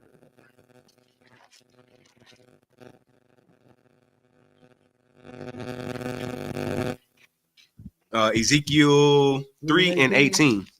If thou Common Con, we're gonna start at the tops. Common Con, sir. The book of Ezekiel, chapter 3, verse 18. When I say unto the wicked, thou shalt surely die, and thou givest him not warning, nor speakest to the Salakia, nor speaketh to warn the wicked from his wicked way, to save his life. Save him. The same wicked man shall die in his iniquity. If you don't tell him where he's falling at. Right. But his blood will I require at thy hand. It will be your fault. You will get the judgment if you don't tell your brother when he's falling. Like it's on you. If you see your brother falling, you don't let him know, or you don't tell him like where he's slipping at, that comes back on you. Right. To these scriptures and according to the Most High. And that's why brotherhood is so powerful. Right. Brotherhood is super powerful, and why we need to look out for each other, why we need to correct each other. Why love is correction is not only do you get the recompense, do you get the judgment for not telling your brother when he failed, but your brother, when your brother falls or whatever, but you get the judgment by not telling when your brother falls. That's right. It's like, keep on going. Let me get 19 too. Kind of come. That's where it finishes up. The book of Ezekiel, chapter 3, verse 19. Yet if thou warn the wicked, and he turn not from his wickedness, nor from his wicked way, he shall die in his iniquity. But thou hast delivered thy soul. Deliver your soul when you tell your brother. You're in line for the judgment if you don't tell your brother when he has fallen off. When he has fallen off. Right. Another one, correction. We'll get one more scripture, and we're gonna wrap it up after this scripture right here. Let me give you Ephesians 4 and 32.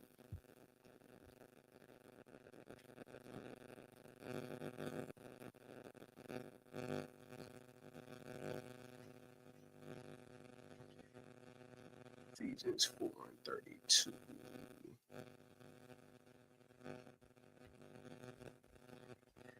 Ephesians 4 and 32. Okay.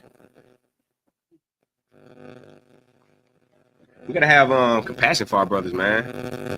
Love is being able to understand. Love is not only love and correction, but the love of your brother's compassion, man. Right. It's forgiving your brother too. Like when your brother's wronged you, it's being able to understand your brother. Like comes to you with a fault that you might have offended him, or if you have offended your brother and he comes to you with a fault, you got to understand your brother. You got to understand when he's coming from, and what is understanding your brother, or what is hearing your brother. You got to hear your brother when he comes to you with a fault. Hearing your brother is changed action. Right. Your brother says, "Yo, you offended me. Or, yo, you came. You violated. You violated, and you say that you heard him, but you do the same thing. You have not heard your brother. You didn't even understand him, or whatever. Understanding your brother and hearing your brother is to change action. Oh God. So this one, we're gonna end it on Ephesians 4 and 32. Yeah, if you got that one. Yeah. The book of Ephesians, chapter 4, verse 32.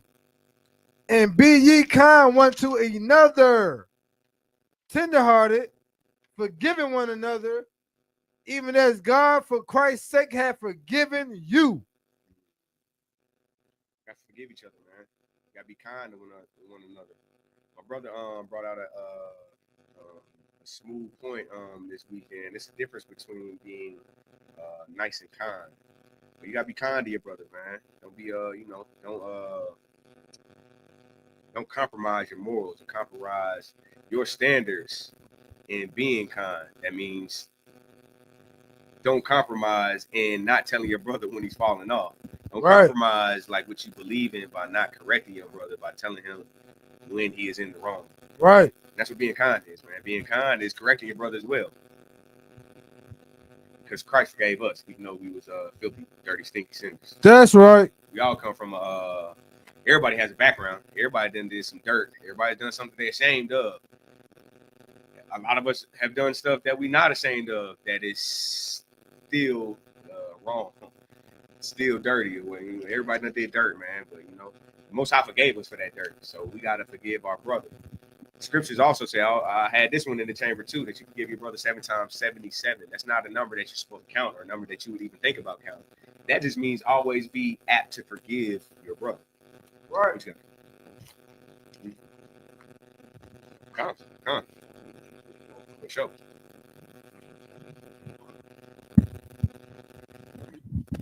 It's the book of Matthew, chapter 18, and verse 21, which you were just talking about, sir. Mm-hmm. Then came Peter to him and said, Lord, how oft shall my brother sin against me and I forgive him? Till 7 times? It's Peter, man. Peter was a trip, man. Peter said, hey, how many times am I supposed to forgive my brother when he violates? How many times? 7 good enough? That's like, all right. What Christ say? Verse 22. Yahushua said unto him, I say unto thee, until 7 times, but until 70 times 7. So now I'll play it 7 times. Now you tripping, man. Nah, you forgive your brother 7 times 77. Multiply that. You double that. You multiply that by 77 times. You should always be ready to forgive your brother, ready to understand your brother. That's the whole point of the councils that we have in the ISUPK. We have councils, man. Most people think, or some people would think, that the council is to win or to be right. The council that we have is not to be right. The council that we have with our brothers is basically court. You go with a dispute and you go to solve your dispute. It's basically court. You go to council to win your brother over. You want to win your brother over. You don't want to. It's not about winning, and it's not about being right. It's all about maintaining the strength of the brotherhood. Brotherhood is a weapon. That is something we're supposed to be using and utilizing, man. When you utilize and use brotherhood properly, it becomes a weapon. And what are weapons for? Weapons are for defending yourself. Weapons are for offense. Weapons are for getting an advantage in opposition, in opposing battle or whatever. Brotherhood can be used as a weapon spiritually, for sure. That's where it starts at. And it can be used as a weapon physically or whatever. It could be carnal or it could be spiritual. Brotherhood is a weapon, man. We use that as a way to keep to stay victorious spiritually, because your brothers, I mean, we ain't got nothing. We don't have nothing if you don't have the brotherhood. So yeah, brotherhood is a weapon, man. We use it. What you got? Sluggy, if I may, it's a very heavy point with the precept that you brought out with Ephesians 4:32, because this precept here is directly letting us know what is mentioned in the Lord's Prayer when it speaks about forgive our debts as we forgive those, as we forgive our debtors. As we forgive our debtors. So in that prayer, you're asking to be forgiven as you forgive others. And this verse of Ephesians is sitting up here letting you know right now is this is how you should forgive as God forgave you for Christ's sake. That takes you back to, like I said, the Lord's Prayer. This is how you need to forgive, because you're asking to be forgiven as you are forgiving others. Yes, sir. So you must keep that in mind of this is how you need to forgive others. Right. Shoot, you can't be. I mean, you can't be forgiven if you don't forgive. You gotta forgive first. That's the first. That's a good one. The water for that. Big the water.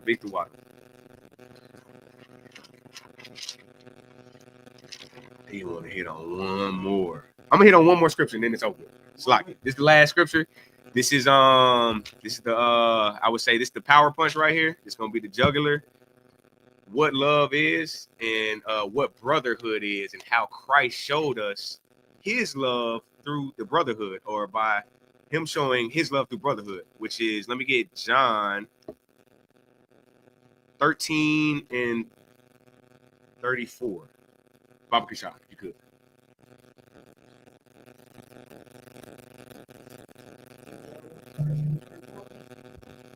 No, Salaki, let me get John 15, 12 through 14.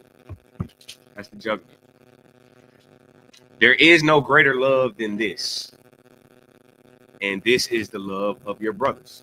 This is Christ right here. These are the red letters. There's no greater love than this. This is the greatest love you can have for your brother. John 15, 12 through 14. This is the book of John, chapter 15, verse 12.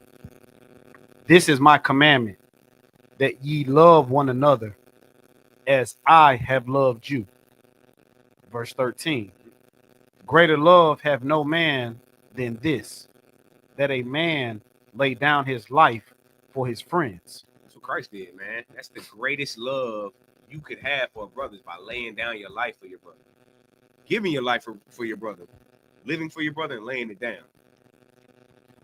Is that it? Lie, sir. Verse 14.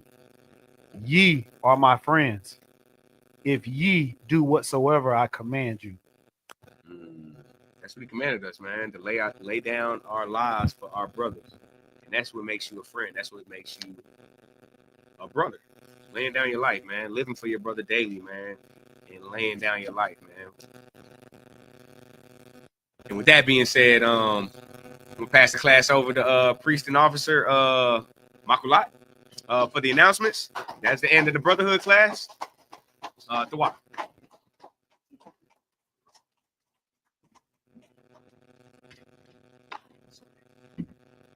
Clever to begin, man. It's the word.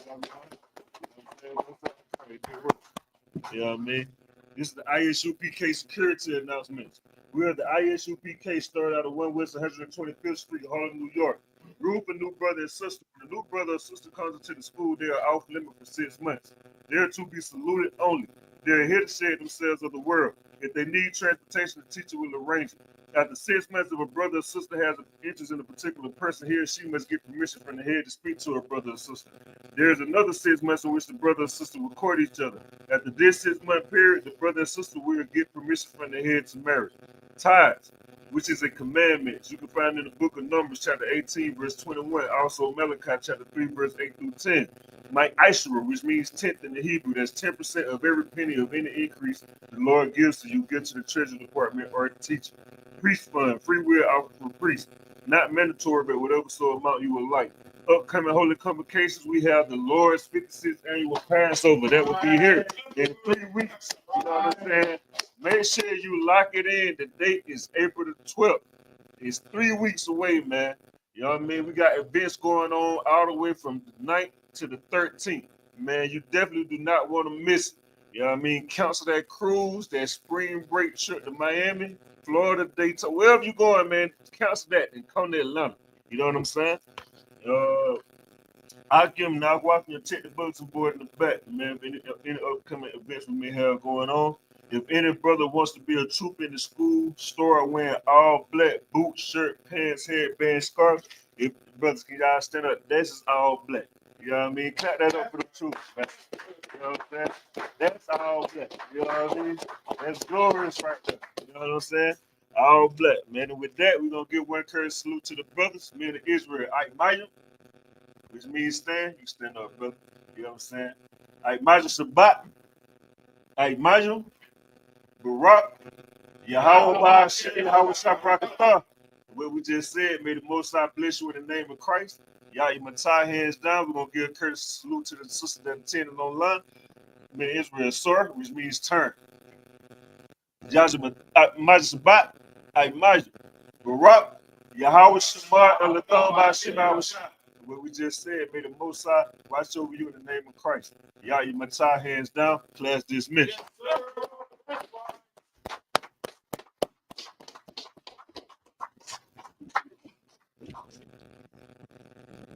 To Atlanta.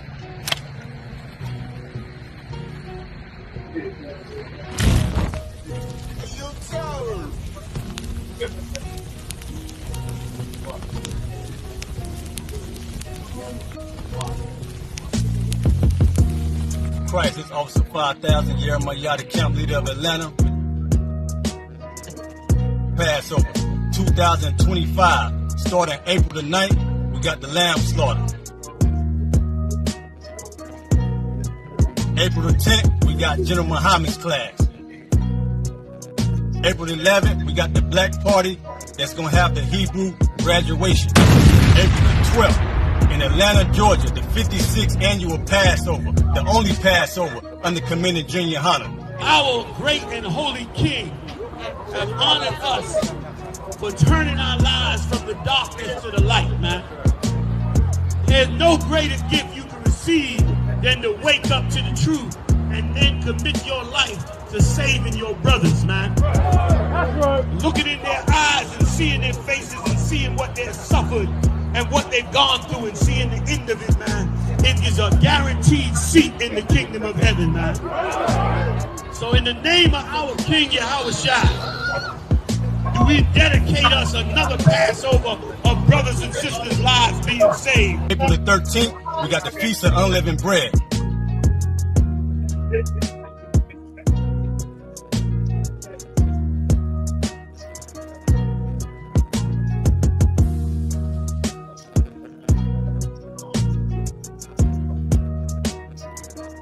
Shalom.